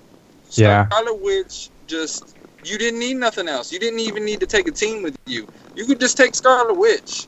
I mean, you could take a crit team or a power team, whatever, but you didn't need to. You could have just took Scarlet Witch. Yeah. Right. Well, and I think that's what a lot of people here. I can remember I was in an alliance. It was my first one that really kind of helped me out and got me going. Right before the nerf, I can remember people getting their 3-star Scarlet Witch, leveling it up the best they could. And taking it to ROL, to Road to the Labyrinth, everywhere. And they're like, it's got to be cleared before the nerf. Because once the nerf comes, the game changes. And I mean, 3-star Scarlet Witch taking out ROL. And it's just kind of like, oh my gosh. I mean, I did it the other day, and don't get me wrong. I still play sloppy at times and this, that, and the other. But, you go look at it and you think a 3-star completed this, and it wasn't like it was an all-day event. I mean, she did it in pretty good fashion. And if you messed up, you got that health regen. Well, that's what I'm saying. People did it. And when I said they did it, they didn't just do it like, okay, I spent 20 revives and did it. Like, they're blowing through it with a 3-star Scarlet Witch because of the stun, the regen, the power still. Yeah. It was just nasty. She was OP. Yeah. So, all right, fellas, I'm not going to lie. Probably going to get ready to cut this thing down a little bit. It is 2 a.m. Unfortunately, I still have to go to work for a little bit tomorrow. Technically my day off, but since I got the 4th of July off, I have to go in for a little bit and show my face. Hip, hip, hooray. So here's the deal. I've been preaching about it. I'd love to have you guys around tomorrow. The goal is 10 p.m. Central. We are going to be looking at revealing our ranking system. Our ranking, it's going to be a little bit different. I hope the community likes it, and I hope it shines a little bit of a different light on champions and what they should be bringing to the table. I really don't want to go too deep into it because that's kind of part of the fun. But tomorrow, I'd love to have you guys around. We're going to be taking guest calls. We're going to be letting people come in and discuss, take a look at some of the things that we believe the way it is, and let people put their 2 cents and their spins on it. So not just you two, but to everyone in the live chat, pass the word around. Tomorrow, 10 p.m. Central Standard Time, we will be going live with our ranking system. That ranking system will be a little bit different. More importantly, I'm going to be wanting to take live calls from all of you guys. If you've got a moment, you want to chat, you want to give us an opinion, that's what it's all about, because it's about understanding what other people see.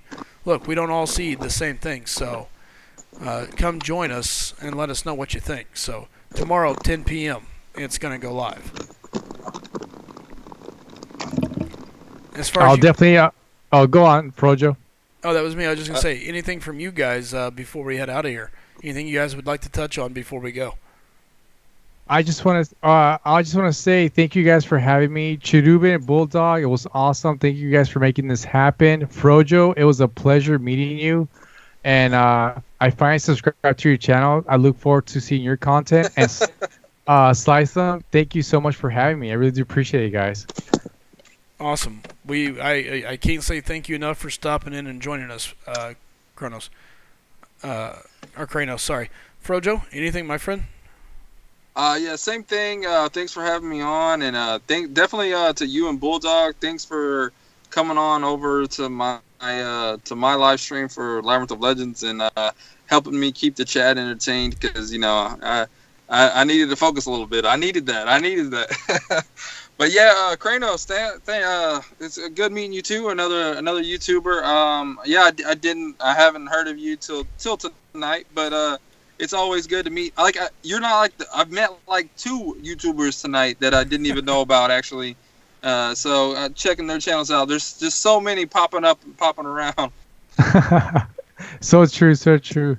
Absolutely. Well, guys, again, I want to say thank you, and anytime, let me know. I'd love to have people come on and discuss the game, discuss where they're at, where they're going, and any aspect of the game. And look, I can be pretty opinionated, so if you follow me on Twitter, if you guys are on Twitter or whatever, I know, Frojo, you do, but if we say anything, you see anything that me or any of my team says, don't hesitate, point it out if you think we're wrong, because that's when the discussion begins, and we can find out and get multiple point of views, because that's what makes the game special. Awesome. All right. Bye, guys. Cranos and Frojo, again, thanks again. For everybody out there that's not subscribed to their channels, go there, subscribe, check them out. Both of them are on Twitter. It's Frojo34. Cranos, yours is Cranos, correct? Or Cranos? Yes, Cranos. Cranos, sorry, I keep calling you Cranos. I'm horrible about that. Sorry, man. So yeah, check them out. They're good guys. And again, tomorrow, 10 p.m. Central, rankings are going live. So keep in touch with us on Twitter and on the Line app. So again, thank you, fellas. All right, guys. And last time, I just want to say thanks. Guys, we did break 400 subscribers tonight. The push to 500 continues. So at this point, we're going to be ending the night at 403. So do us a favor. Send anybody you know this way. We'll take all the help we can get as we continue to push that subscriber count up. So thank you guys again so much, and looking forward to tomorrow night. In the meantime, best of luck to everybody. Hope you get the champions you're looking for, and check out this new Spider-Man content. It's going to be interesting. Oh, one last thing. Don't forget, you can follow us on Twitter or online, the Line app. We will be posting every time we see the event come live. So be ready for it. All right, folks, y'all take care, and see you next time.